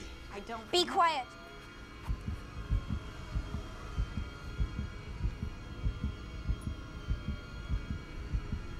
There. He's hiding over there, behind something. How do you know that, little miss? I don't hear a thing. I do. I hear his heart. It's beating very fast and very hard. He's scared to death. I feel so sorry for him. Mr. Toomey, please come out. We don't want to hurt you. Mr. Toomey. Mr. Toomey, please don't be afraid. Dinah?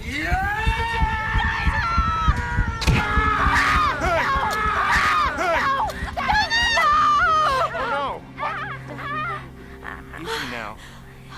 All right, Dinah. I'll go get help. All right. not a little girl. She's not a little girl. She's not a little girl. She's the head Langolier. She's calling the other Langoliers with her dead, blind eyes.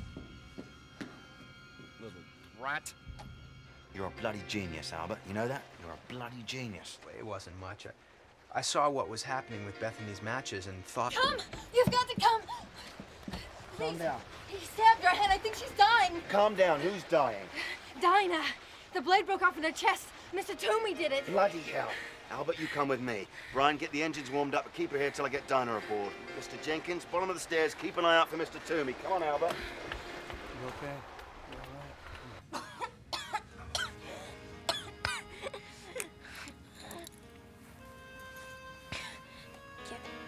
Get out of here. Shh.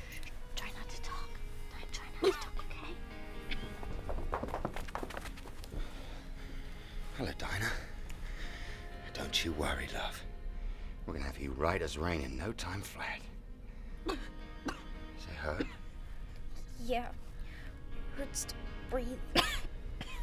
It's making you want a coffee. Yeah. No, I don't know. Well, it's better if you don't. You get that ticklish feeling, you just try to ignore it, okay? Don't you talk anymore. Listen to me. She's got internal bleeding.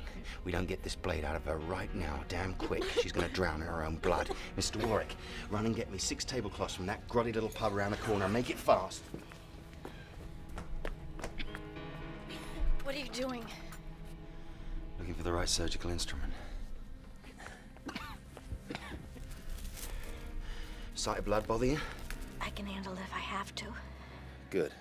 You're gonna be my nurse then. Okay. You're gonna be all right, Dinah. I'm gonna fix you up good as new, I promise. They're closer. You really, really have to hurry. I know, love. I know.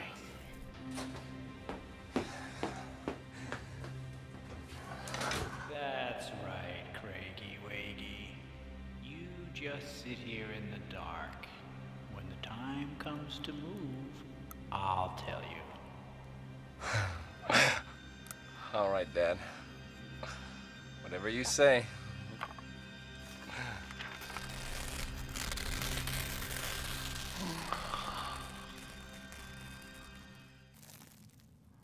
Right. We're gonna need a stretcher to take her aboard the plane. Albert, you and Mr. Gaffney are designated stretcher finders. Mr. Gaffney, I think if you look behind that counter, I think you'll find 2 very sharp knives.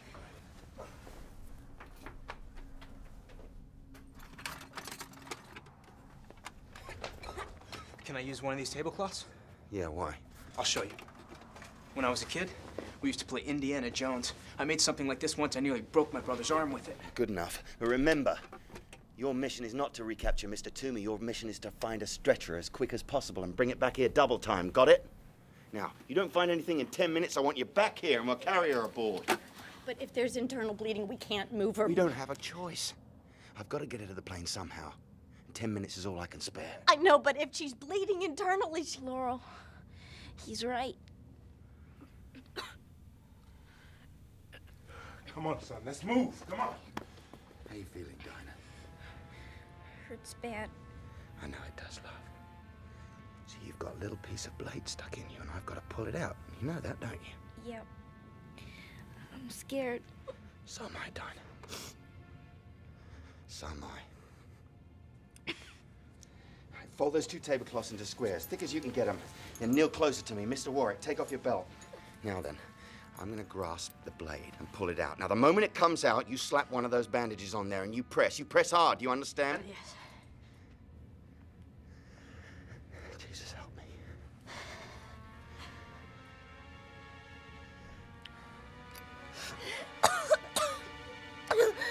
Don't you dare. Don't you go weak sister on me. Don't you dare. No, press hard. Press hard as you can. Do you understand me? Yes. Press hard.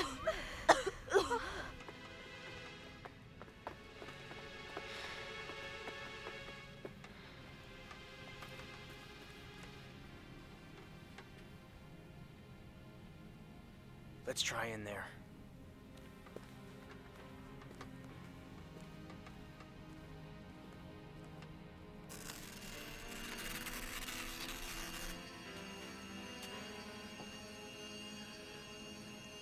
You think it's locked? There's only one way to find out.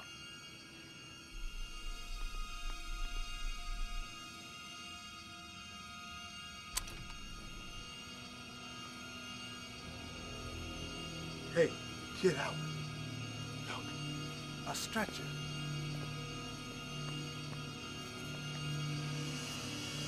Hey, look out! He's in here! He's in here!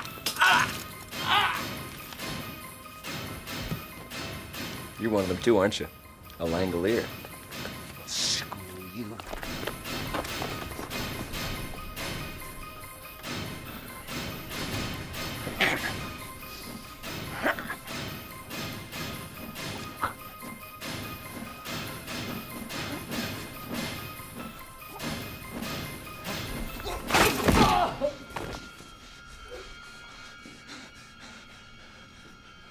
I'm sorry. I am really, really sorry. But I have to do this. If you could see things from my perspective, you'd understand. Damn!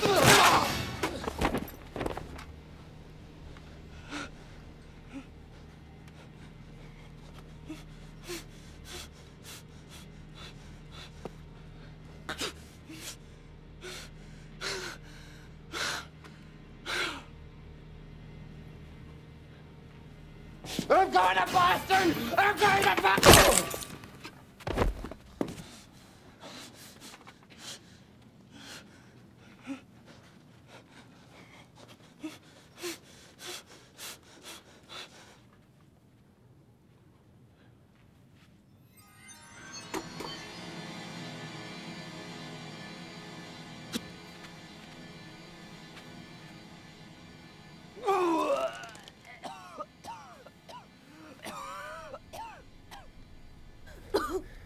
Lift her up.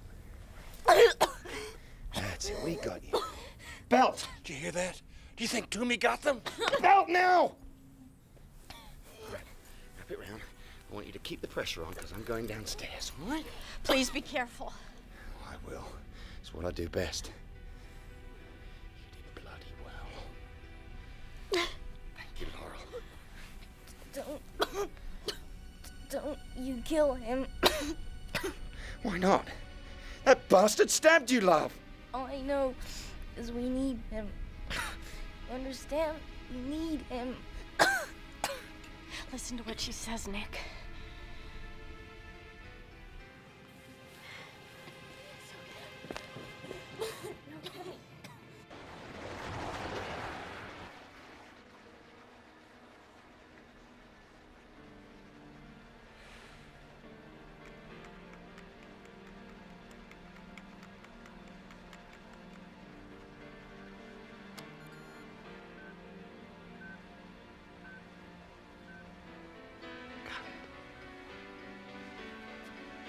Captain Angle, Yeah.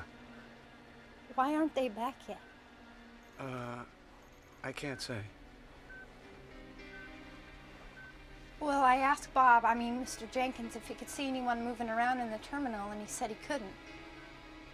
What if they're all dead? No, I'm sure they're not. If I make you feel any better, why don't you join him at the bottom of the ladder?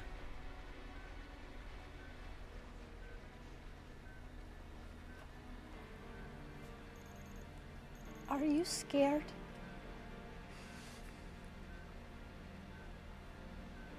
Yeah. Yeah, I sure am. I sort of feel better. It's hard being scared all by yourself.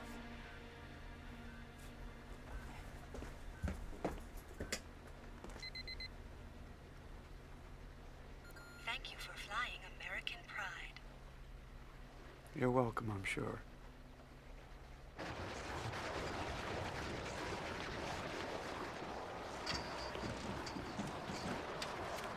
Any sign of them? Well, it depends on what you call a sign. I just heard something like shouting just before you came out of the plane.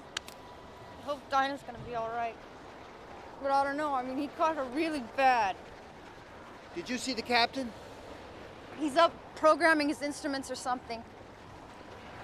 I hope so. What is that noise? My dear, I hope we never have to find out.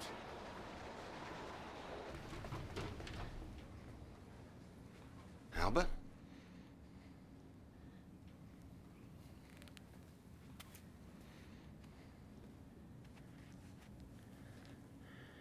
You all right, Albert? Where's Mr. Gaffney, Albert? He's in the airport services office. Mr. Toomey was in there hiding behind the door, I guess. He killed Mr. Gaffney because he walked in first. If I'd have walked in first, he would have killed me instead. Then I killed Mr. Toomey. Because I had to. He came after me, do you see? He found another knife someplace and he came after me. Albert, can you pull yourself together, mate? I don't know. I never killed anybody before. I know. It's a horrible thing. I understand, believe me. But it's got to be gotten over, and you've got to get over it fast. Because that sound is coming closer.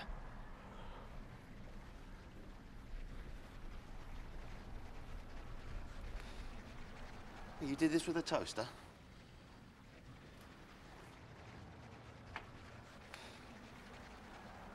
He's not dead.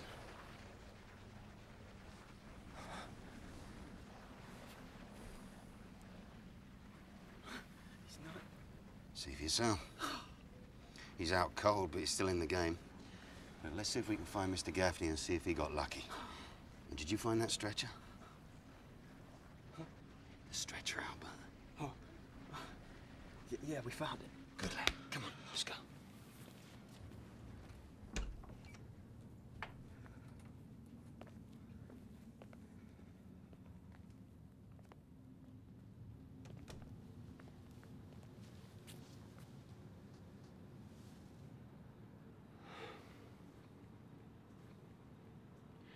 Keep it together, Albert.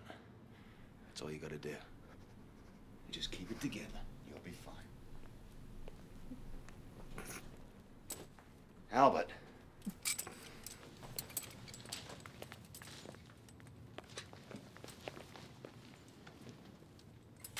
Take the stretcher upstairs. I'll be with you in a minute. What are you going to do? I'm gonna go back in the office and see if there's anything else I can use. I don't believe you. Nor do you have to, Albert. Just take the stretcher upstairs, and I shall be with you directly. And don't look back.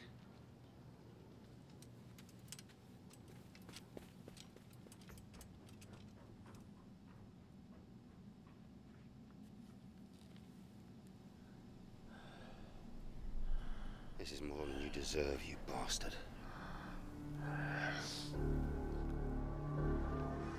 Don't you kill him. We need him. You understand me? We need him. Nick! You coming? Yes. In a minute.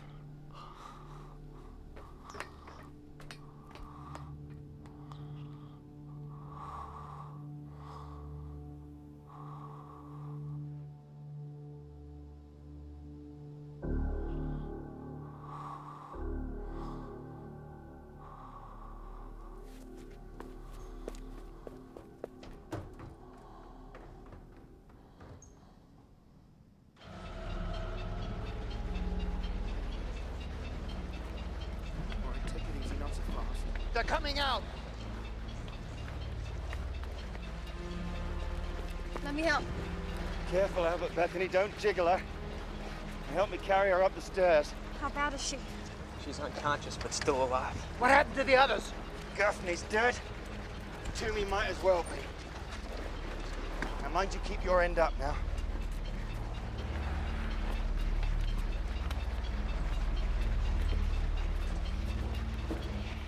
Careful now. Bring her over here. Careful. Okay, and set her down gently. Now strap her in. It's bad, isn't it? Bad enough. Will she live until we get back? How the hell do I know? I'm a soldier, not a bloody surgeon. I'm sorry. I'm sorry. This time travel stuff really gets on your nerves, doesn't it? You don't have to apologize. I'm gonna start the engines. Pull as close as I can get to one of the fuel pads out there. While I'm doing that, the four of you pull the hose truck over. There's one sitting on the other jetway. You got it? Got it. Go to it then, Bethany. Mr. Warwick, go down with them, roll the ladder away from the plane. When I get it repositioned, move it back up to the door. Go ahead.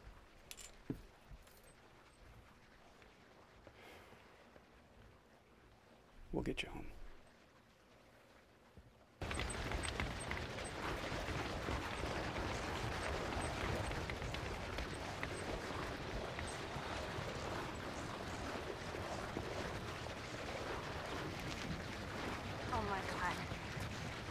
Oh my God, look. It's coming day again already. How long has it been since it turned dark? Less than 40 minutes. Yeah, well, we can't worry about that now.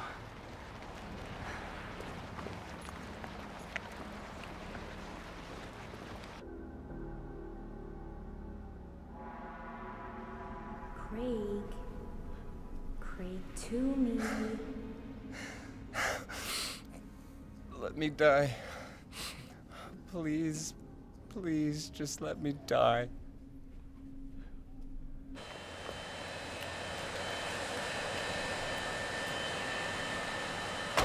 What's gonna happen to Mr. Toomey? I don't know. All I know is when the chips were down, I did what you and Dinah wanted. I left him lying there unconscious on the floor. Would you like to go out to dinner with me if and when we get back to LA? Yeah. I'd have that to look forward to. So would I.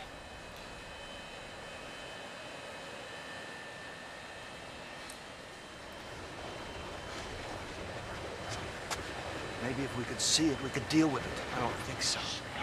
All right, then. All together.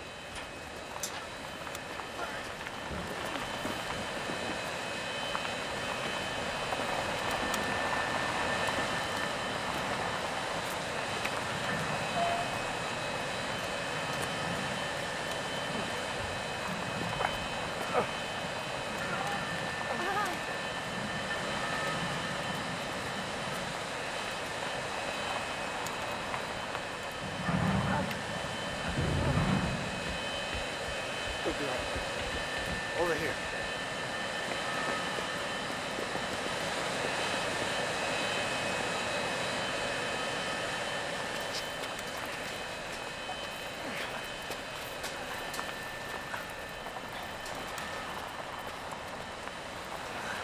Keep going, keep going. Good. Hold it. There, Bethany, why don't you come with me? All right, you see this over here? Can you open that lid? Vic, you take that head out of there, attach it there.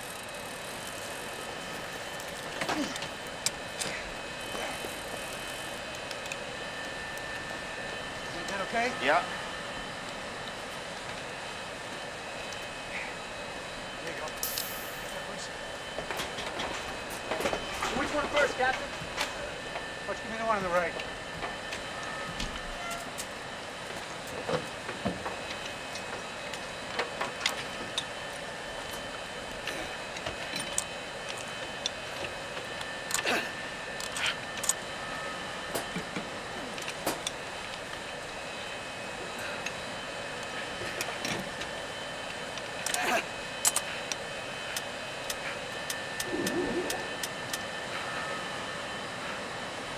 What now, Brian?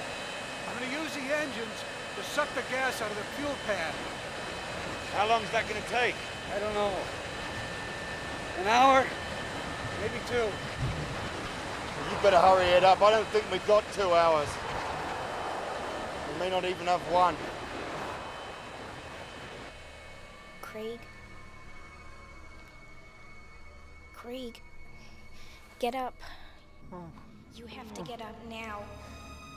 Go away. Go away. I hate you. Go away. They've come to you, Craig. All the people you wanted to see. They left Boston and they came here. You can still see them. If you're man enough to get up, that is. Man enough? Man enough? Whoever the hell you are, you better be kidding.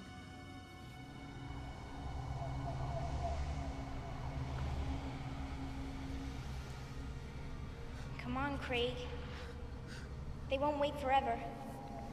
The Langoliers will see to that. You have to get up. You have to. Come on, Craig, get up.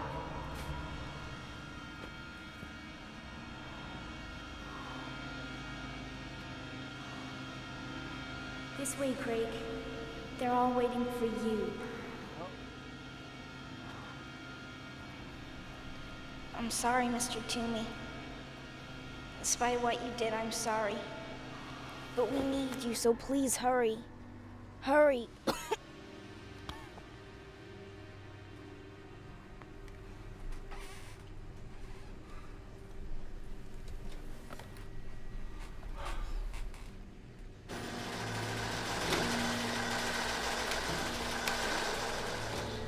What is it, Brian? The engines are getting a taste of the new fuel and they don't like it.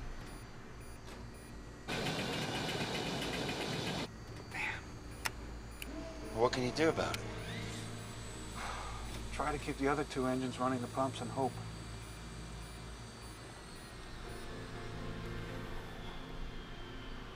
No, I'm shutting down completely. We'll have to wait for the fuel to join our plane's time stream.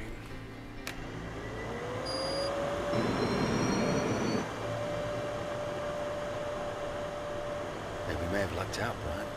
Yeah, we might. What's happening? Is everything all right? We may just have a shot at this thing.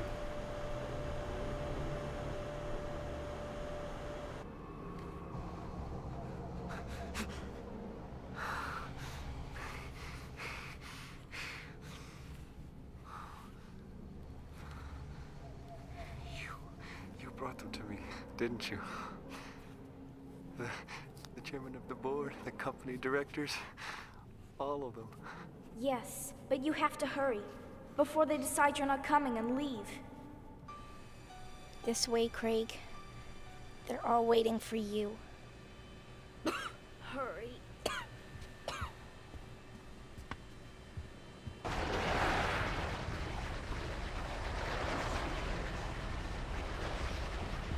Dinah's talking in her sleep or something. I think she might be delirious.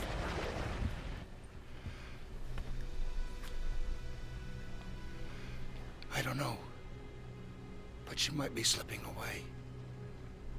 I think you have to hurry before they decide you're not coming. I think she might be dreaming about that Toomey guy. She said his name before. Yes, I will if you want me to. But hurry, I know it hurts. But you have to hurry. She is delirious, isn't she? No, I don't think so. I think it has something to do with what? With what she told Nick about Mr. Toomey. About how we need him. Just let her be for a minute. She needs to sleep.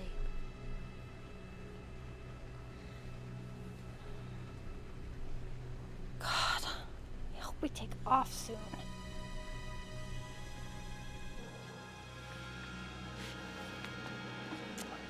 Thank you.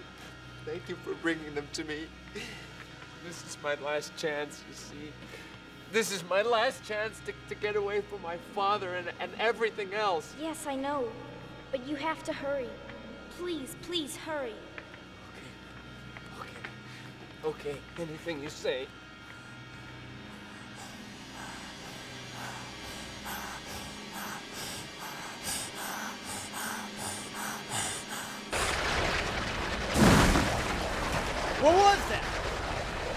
Sounded like a tree falling or something. But there's not enough wind. No, there's not. What's happening? Nothing. Look at that!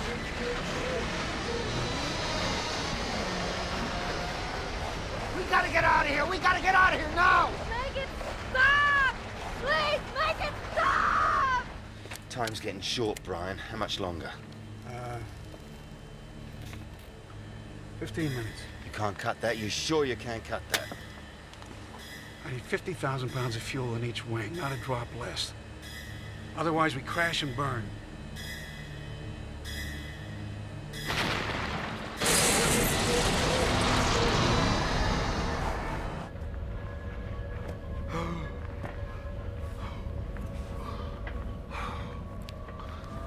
Hurry, Craig. Look at me.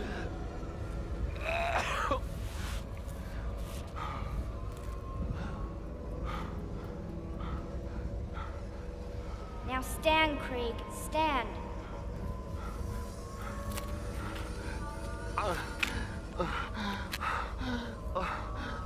Look at me, Craig.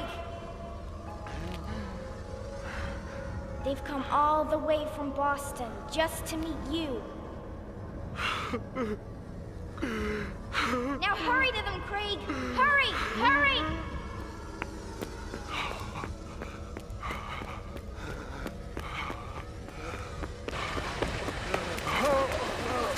Run to them, Craig. Quick, quick. Run around the plane, run away from the plane. Run to them now.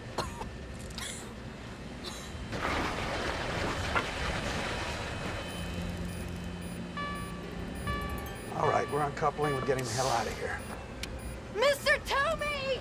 It's Mr. Toomey!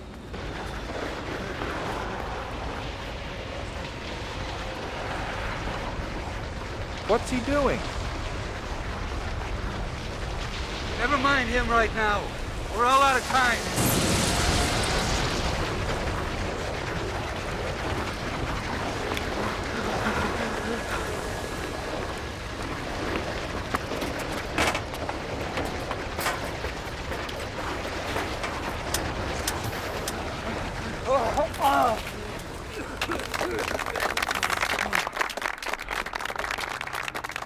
Ah, Mr. Toomey at last. So glad you could make it, Craig.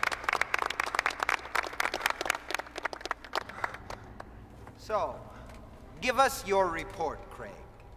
Tell us how much money you made for us. You want to know how much money I made for you? You want to know how much money I made for you? Yeah. I'll tell you how much money I made for you. I didn't make any... No, Craig! Shut up! Shut up! Shut up! Tell them you lost the money, but it was a mistake, an accident. No! I didn't make any money for you. I didn't make any money for you. I lost money for you. I lost money for you. I lost $43 million. And I did it deliberately! I did it deliberately! I did it deliberately!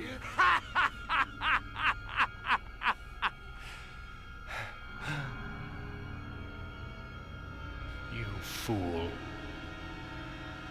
You stupid fool. No. No. What's he doing?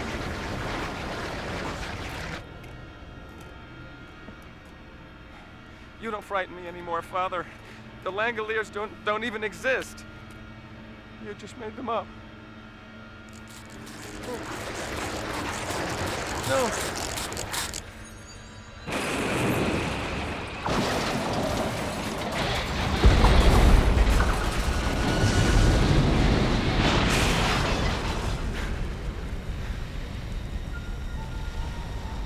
Where am I? Okay.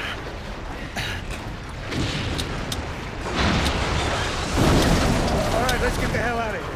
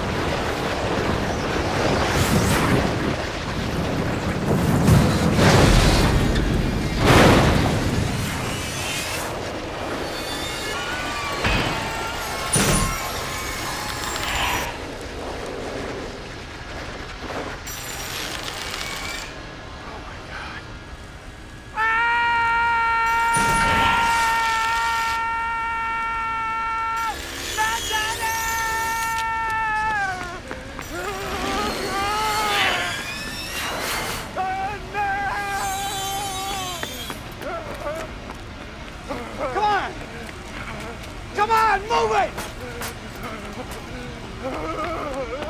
No! No! No! No! No! No! No! No!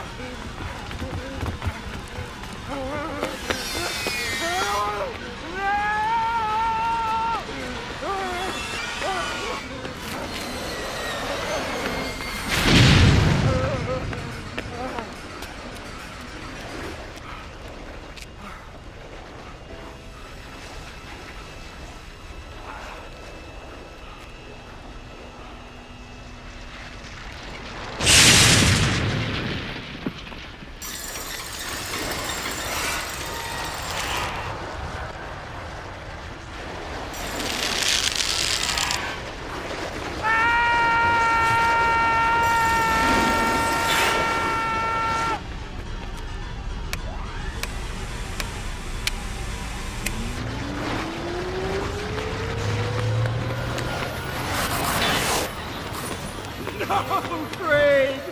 You may think you're running, but you're not. You're scampering! Ah! No. No. No! Daddy, no! Make them go away! Please make them go away! I'll be good! I'll be good boy! Please, I promise I'll be good if you just make them go away!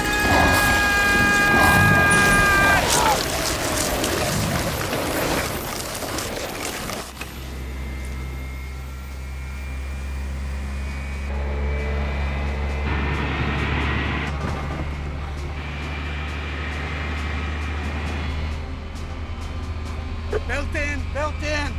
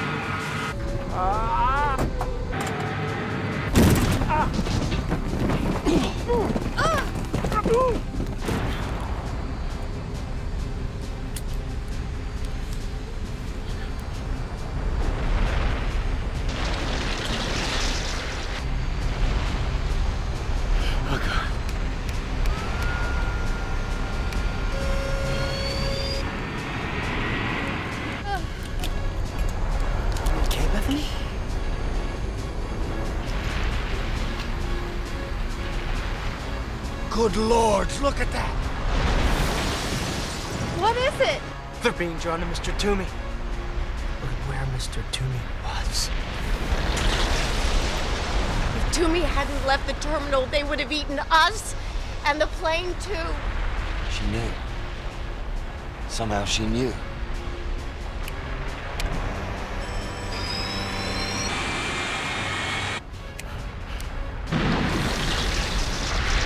Now we know, don't we? What? We know what? We know what happens to today when it becomes yesterday. It waits for them. It waits for them. The timekeepers of eternity. Always following behind. Cleaning up the mess in the most efficient way possible. By eating it. Mr. Toomey knew about them. He said they were the Langoliers.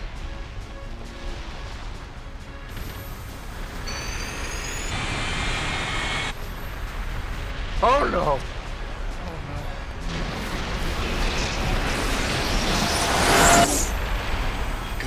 Come on.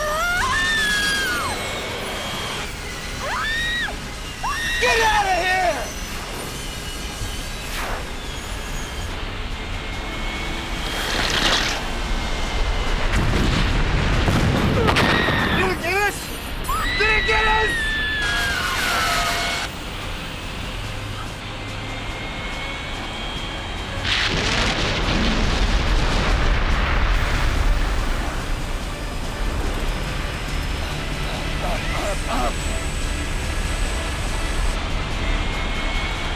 Come on, come on!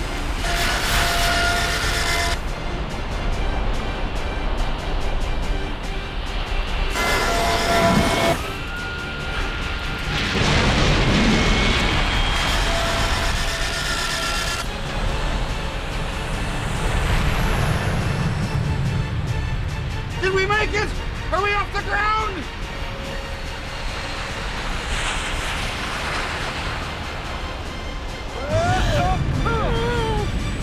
What happened? Are we crashing? Listen, Mr. Warwick, sit down, strap yourself in, and everything will be all right.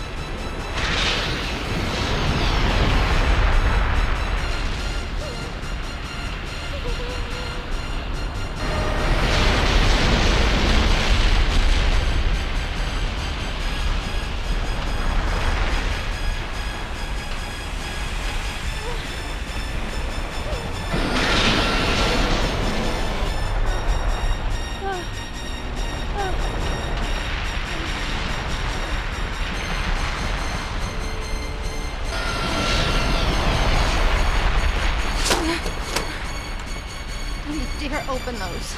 Don't worry. I won't.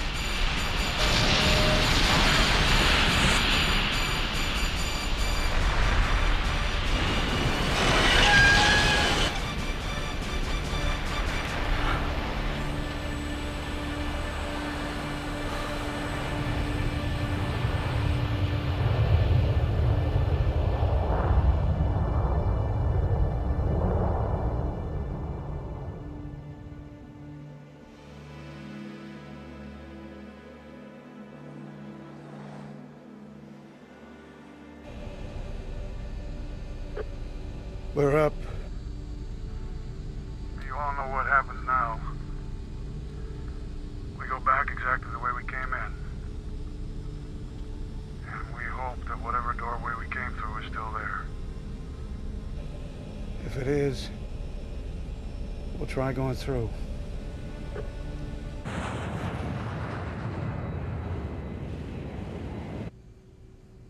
I'm going forward. Do you want to come? No, I'll stay with her. Okay. We've still got a dinner date. You haven't forgotten, have you? No, I haven't. And I won't.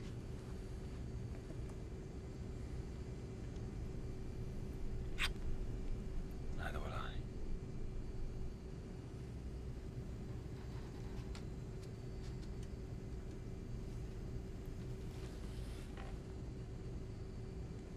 Hold on, Dinah. Please hold on. What happens if the fuel goes bad? You know the answer to that, Bethany.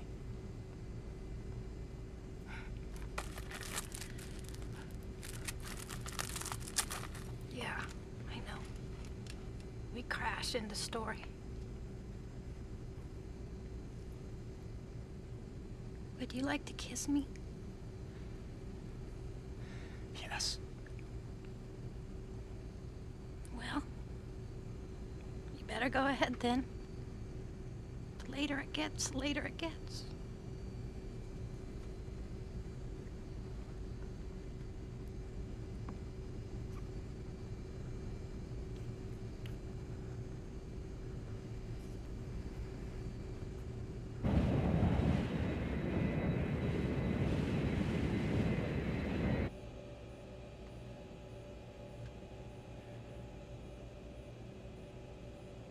Time's going faster, isn't it? Yeah, it is. I think after a while, the days and nights will be passing as fast as a camera shutter can click. We were all going to Boston for different reasons. What about you, Nick? Fess up. The hour groweth late. Well, why not?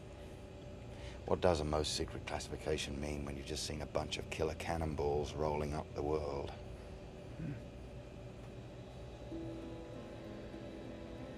I'm a special operator in the armed services, Brian.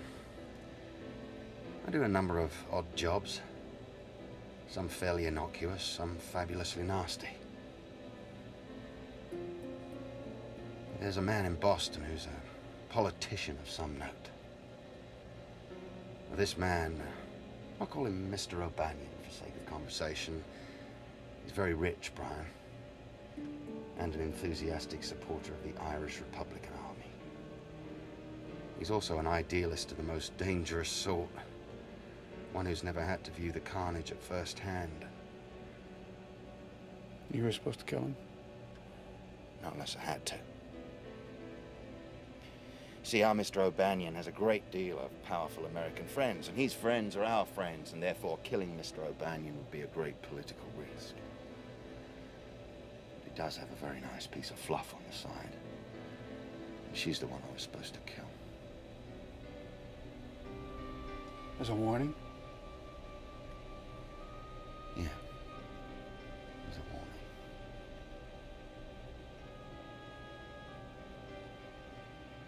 Well, that's enough about me. What about you? What are you hiding you'd like to get off your chest? Me? No.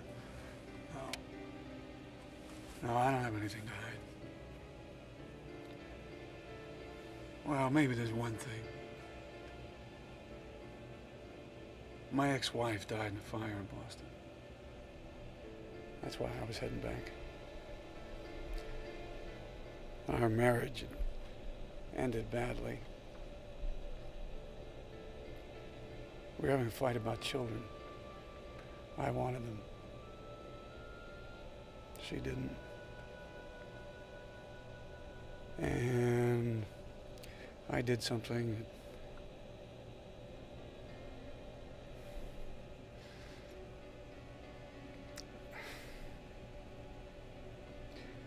that I never thought I'd do. So,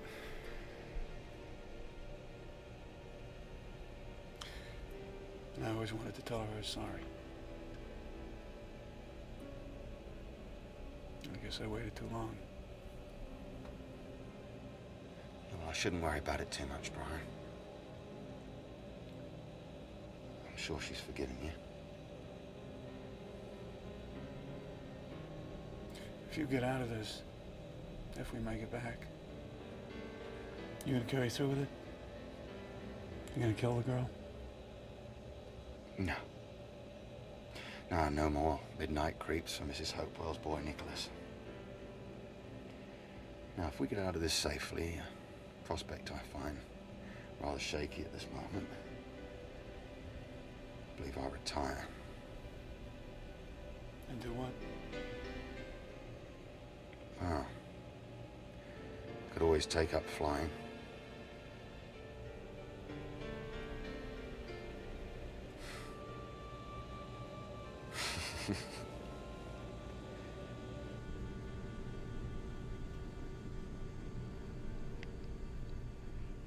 Laurel.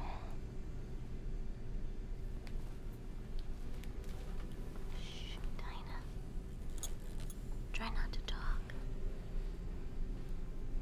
We're going back.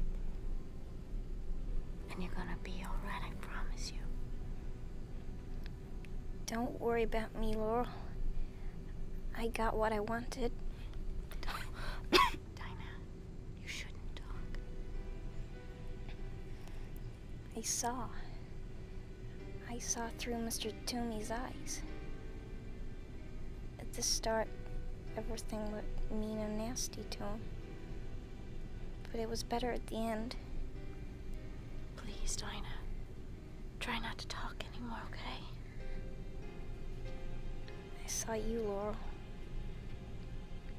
You're beautiful. Especially your eyes. Everything was beautiful. Even things that were dead.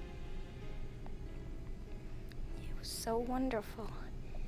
Just, you know, see.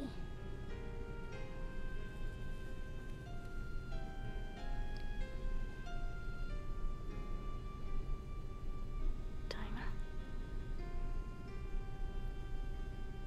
Breathe, Dinah. Please.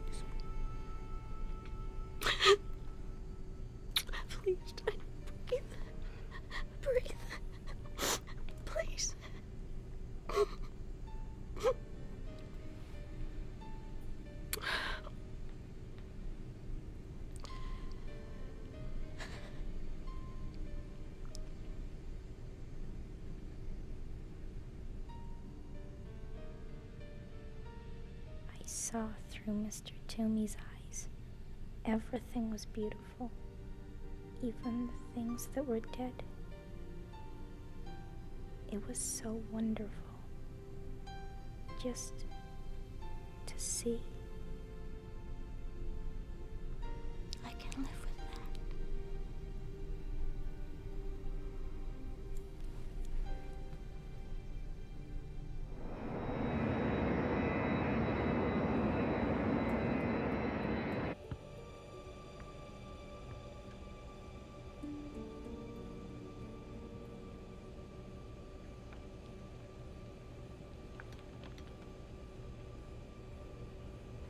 We just lost a little girl.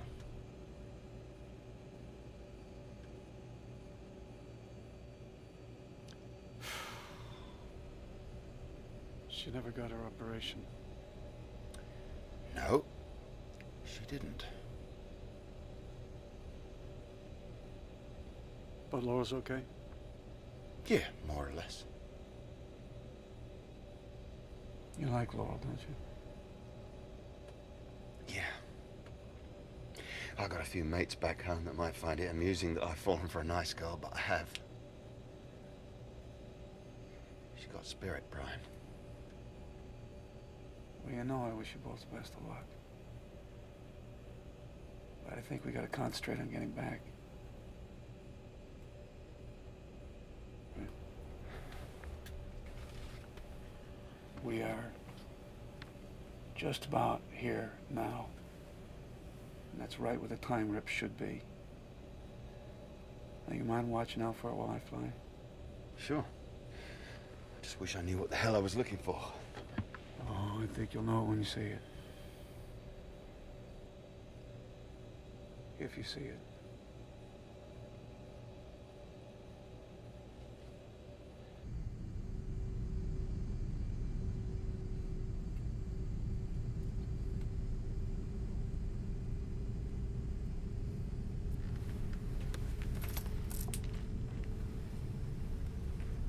What's wrong? I don't know, and that's the problem, dear boy. There's something wrong, something very wrong, but can't figure out what it is.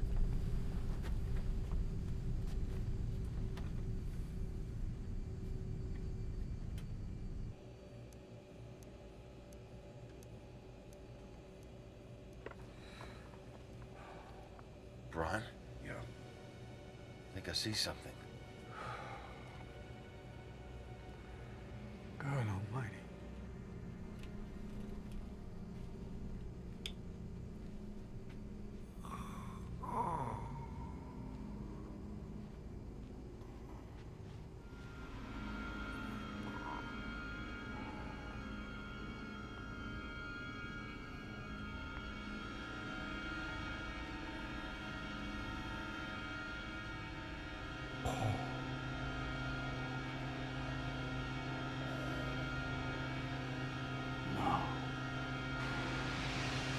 Yes! We're in business!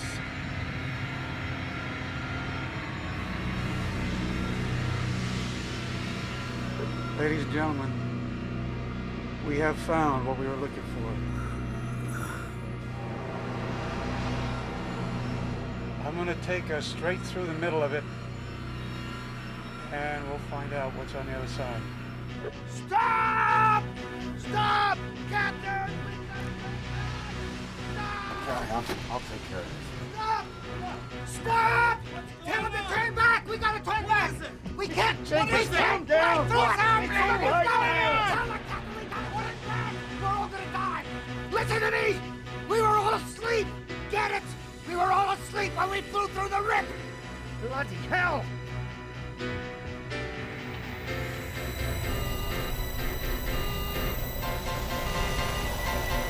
Turn back, Brian. You have to turn back now.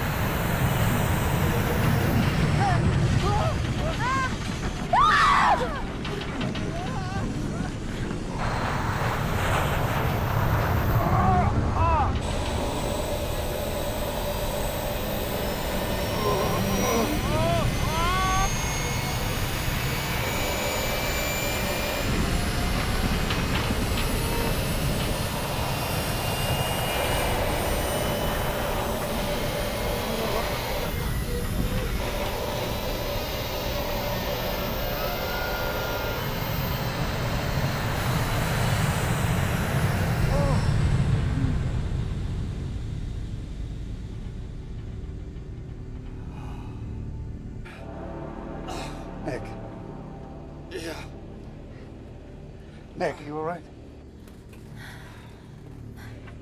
Yeah. I've seen better days. Broke my bloody arm. We missed it, didn't we? Yeah, we missed it, but why? Well, we came all this way. We missed it, didn't we? We missed Oh, it. that was close. Great. Is this the intercom? Yeah, well, what the hell is going on? Listen to me, everyone. We just managed to turn away in time. We're extremely lucky. And I've been extremely stupid. I'll explain. When we first flew through the time rip, everyone on board the plane that was awake disappeared. We're all awake now. Therefore, logic suggests if we tried to fly through the rip again awake, we too would disappear. That's all. That is all? That's bloody all? Well, what are we supposed to do about it? We have to go to sleep? How do we do that? I've never felt less like sleeping in my whole life.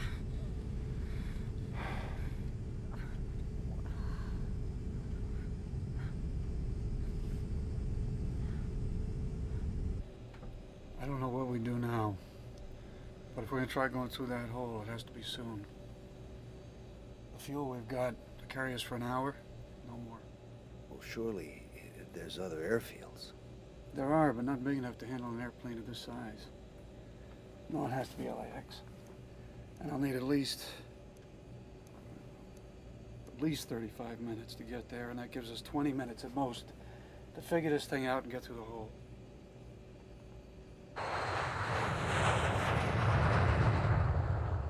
Now, how do we put everybody to sleep at the same time? Aren't you forgetting the most important thing of all? I mean, even if you figure out a way to put us all out, who's going to land the plane in LA?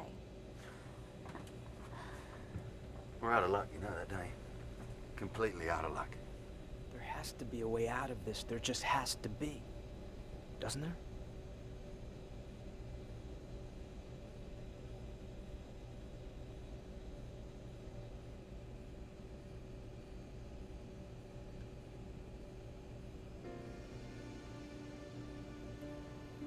There is a way out. Damn it, there is.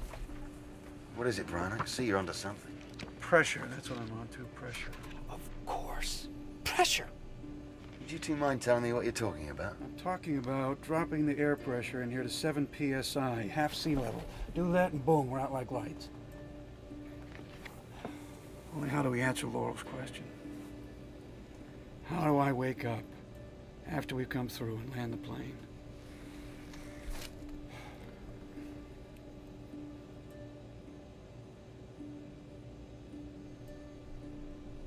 One of us will have to stay awake to turn the pressure up just before we fly through the rip. So one of us will... One of us will have to die.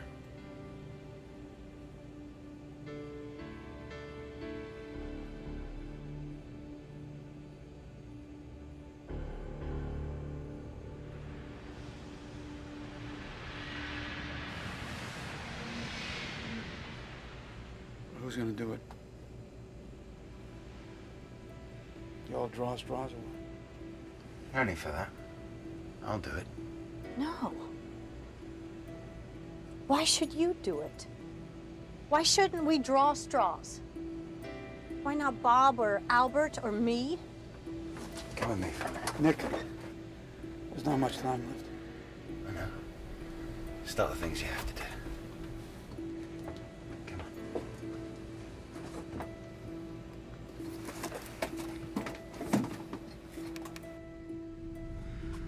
Laurel, I think we could have something, you and me. Do you think I could be right about that? Because if you do, say so. There's no time to dance, absolutely none. Yes, I do. I think that's right. But we don't know for sure. I mean, we can't know. It all comes back to time, doesn't it? Time and sleep and not knowing. But I have to be the one, Laurel. You see, I've tried to keep a reasonable account of myself during my life, and all my books are deeply in the red, and this is my chance to balance them, and I mean to take it. I don't understand what you're... Look, I wish I could tell you everything about myself, but there's no time. Would you do something special for me? If you get out of this, that is. Yes, yes, of course. Nick! Yeah, I'm coming. Listen to me. Listen very carefully. I was going to quit it. My mind was made up. Quit what? Doesn't matter. What matters is that you believe me, do you? I don't know what you're talking about, but I believe you mean it. Nick, we're heading towards a rip! Yeah, I'm coming just now, damn it! Listen. My dear old dad lives in the village of Fluting. It's about 20 miles south of London. You ask for him in any shop along the high street, Mr. Hopewell. Some of the older ones still call him the gaffer. You go to him and tell him I was going to quit it. You'll need to be persistent. He tends to turn away and cuss loudly when he hears my name. Can you be persistent? Yes. Good.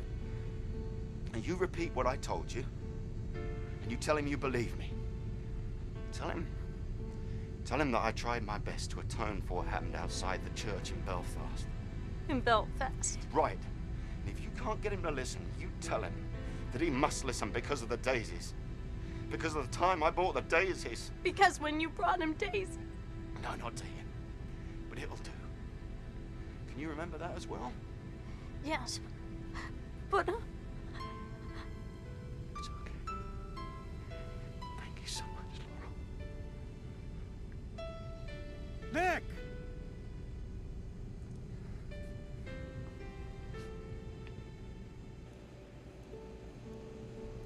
Are we gonna feel like we're, you know, choking? No, no, no. You'll feel a little giddy. Just kind of swimmy in the head. And then nothing. Right. You never know, I might still be here. Bad pennies do have a way of turning up, don't they, Brian? Anything's possible.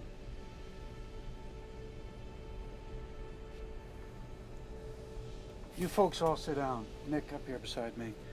I'll show you what to do and when to do it. 1 second, please.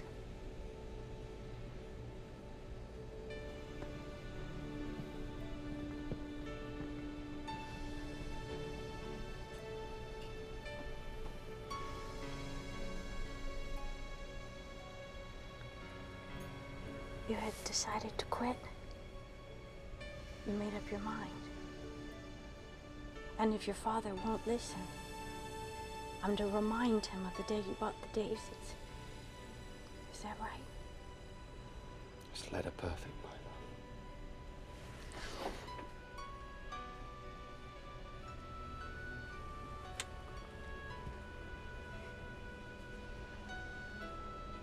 That's the one to go on, sure enough.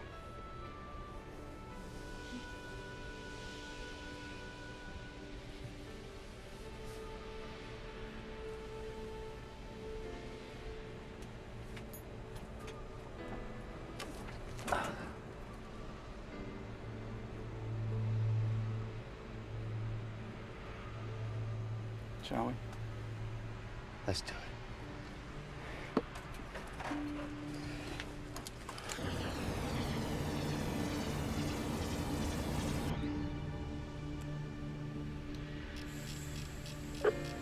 I am starting to decrease pressure. Check your seatbelts, everyone.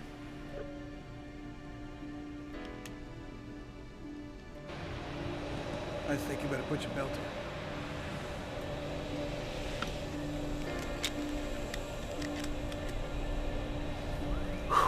Oxygen mask right beside you.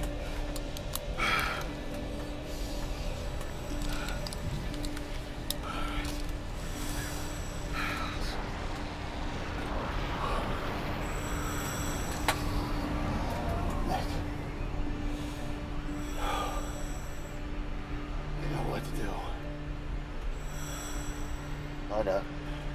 No fear. Off to sleep. Sweet dreams and all that.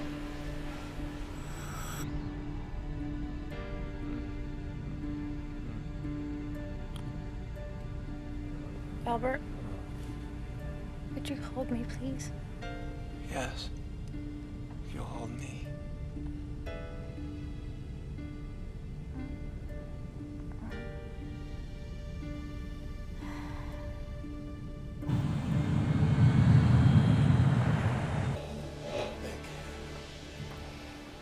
I just...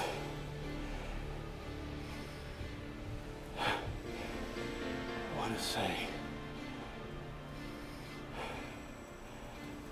thank you. Welcome, mate. It's been a flight to remember. Even without the movie and the free mimosas.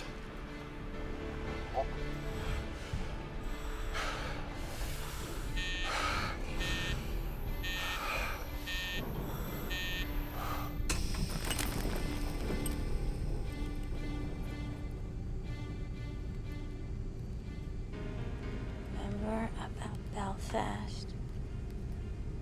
Behind the church. Act of Atonement.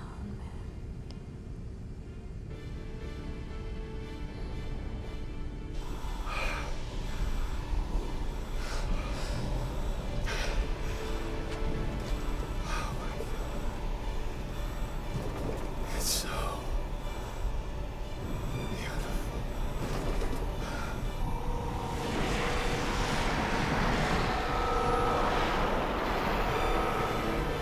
right, Brian. It is beautiful, and why not? This is the place where life, all life maybe, begins. The cradle of creation, and the wellspring of life. No Langoliers allowed past this point.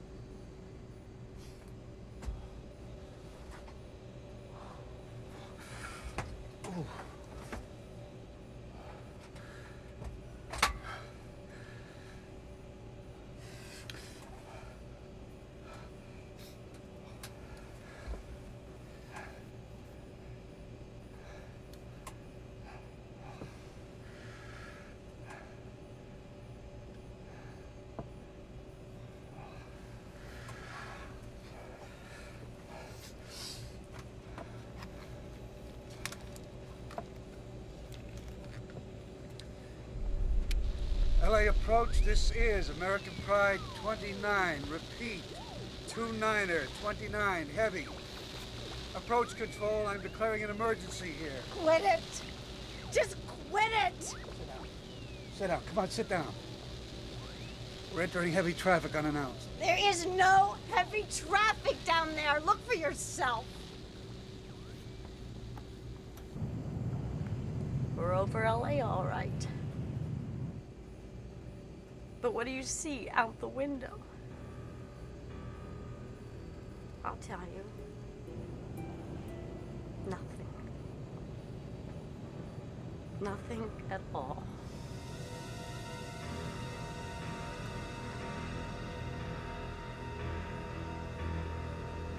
Yeah, put this in. Put it on.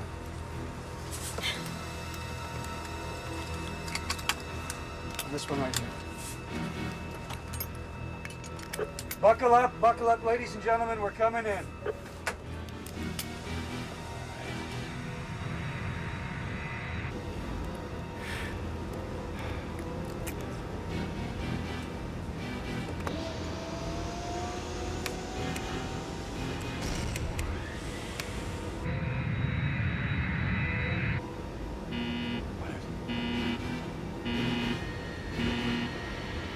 Oh, no. Oh, my God. We're out of fuel.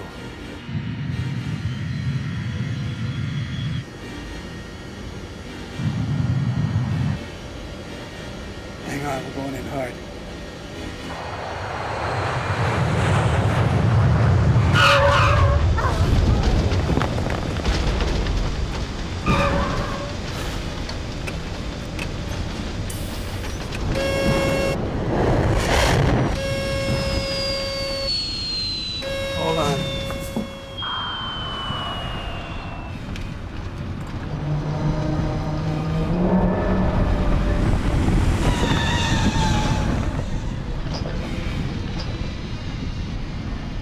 Watch out! You're gonna hit that truck.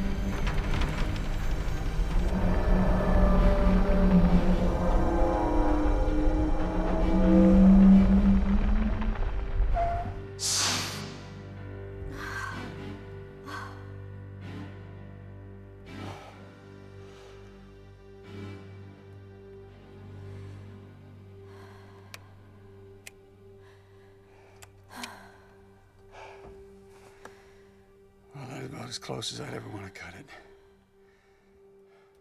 Should have let us crash. Everything we tried, Dinah and Nick, it's all for nothing. It's just the same here. It's the same.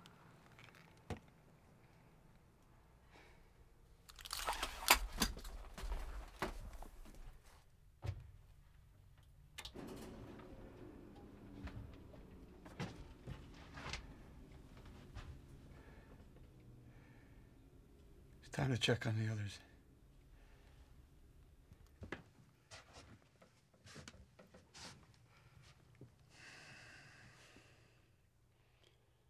Let's get off the plane. This time we'll use the cockpit exit. Thanks.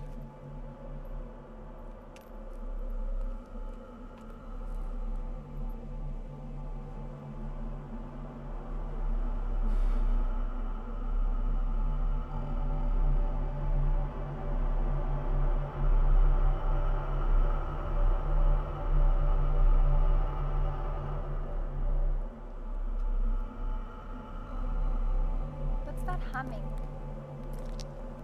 Sounds like electricity. No, I don't think it's electricity. I'm not sure what it is, though. Well, it doesn't sound like anything I've ever heard before. Why don't we try the jetway service door?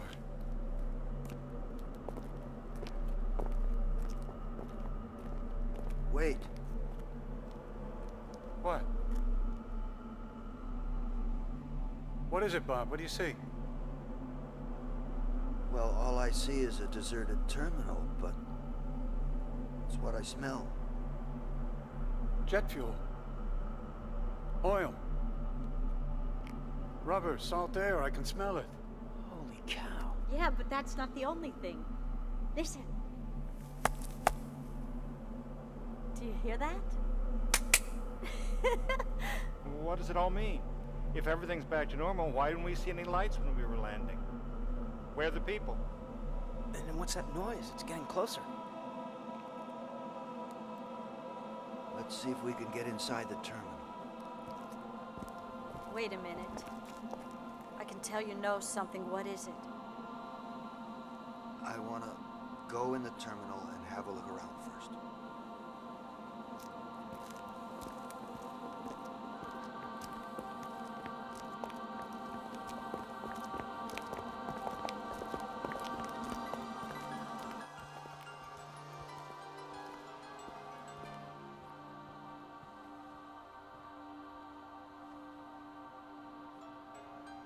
Come with me, quickly, please.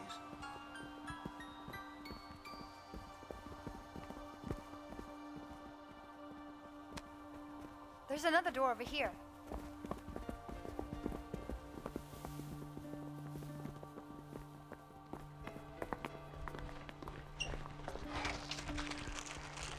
Here, Albert, you open that trunk, quick.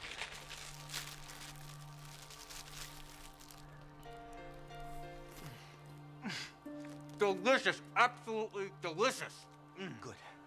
Now listen, I think it's going to happen real soon, and I don't think we should be in here when it happens because it might not be safe. Come on with me. What? Come on. Come on, down here, come on.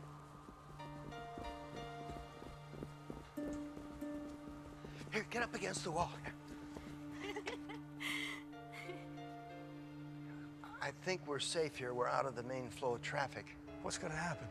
Well, when we flew through the time rip going east, we went back in time into the past about 15 minutes. Do you remember me saying that? I do. It brought us into the future. That's it, isn't it? This time rip brought us into the future. I believe so. Only we haven't returned to a dead world that's moved on without us. We've returned to a world that's waiting to be born. Look at that. I don't know what it is, but it's wonderful. I love it. I think that the present is on the verge of catching up to us. Oh, she's gone. I really don't think that. Forget it. Okay, hang on. There might be a jerk or something. Oh, wow.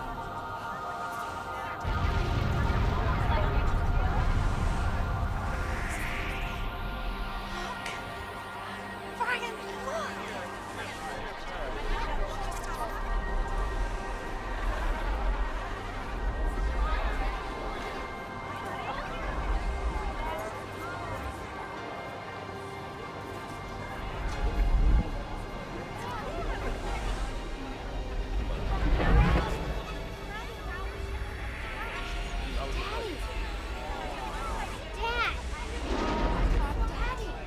What? I'm looking for your mother. New people, look at the new people.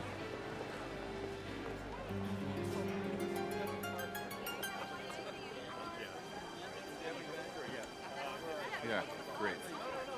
Come on, let's go find your mom. Did you hear that? Did you hear what she said? Yes. Is that who we are?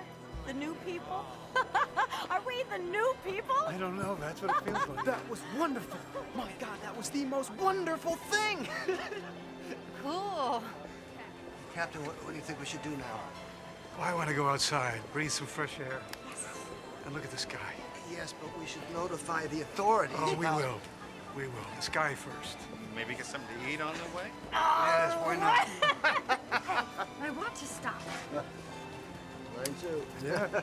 Let's blow this joint. Unless any of you want to take the next flight east. Not now, but soon, and all the way to England. There's a man I need to see there in Flutie. The old people still call him the Gaffer. What are you talking about? Daisies. I'm talking about daisies. Come on. Come on, let's go. Well, as for me, the next time I go to Boston, I'm going to take a slow train. Bob, you're gonna get over that. People, Bethany. I know. I'm so happy. Oh. Yeah.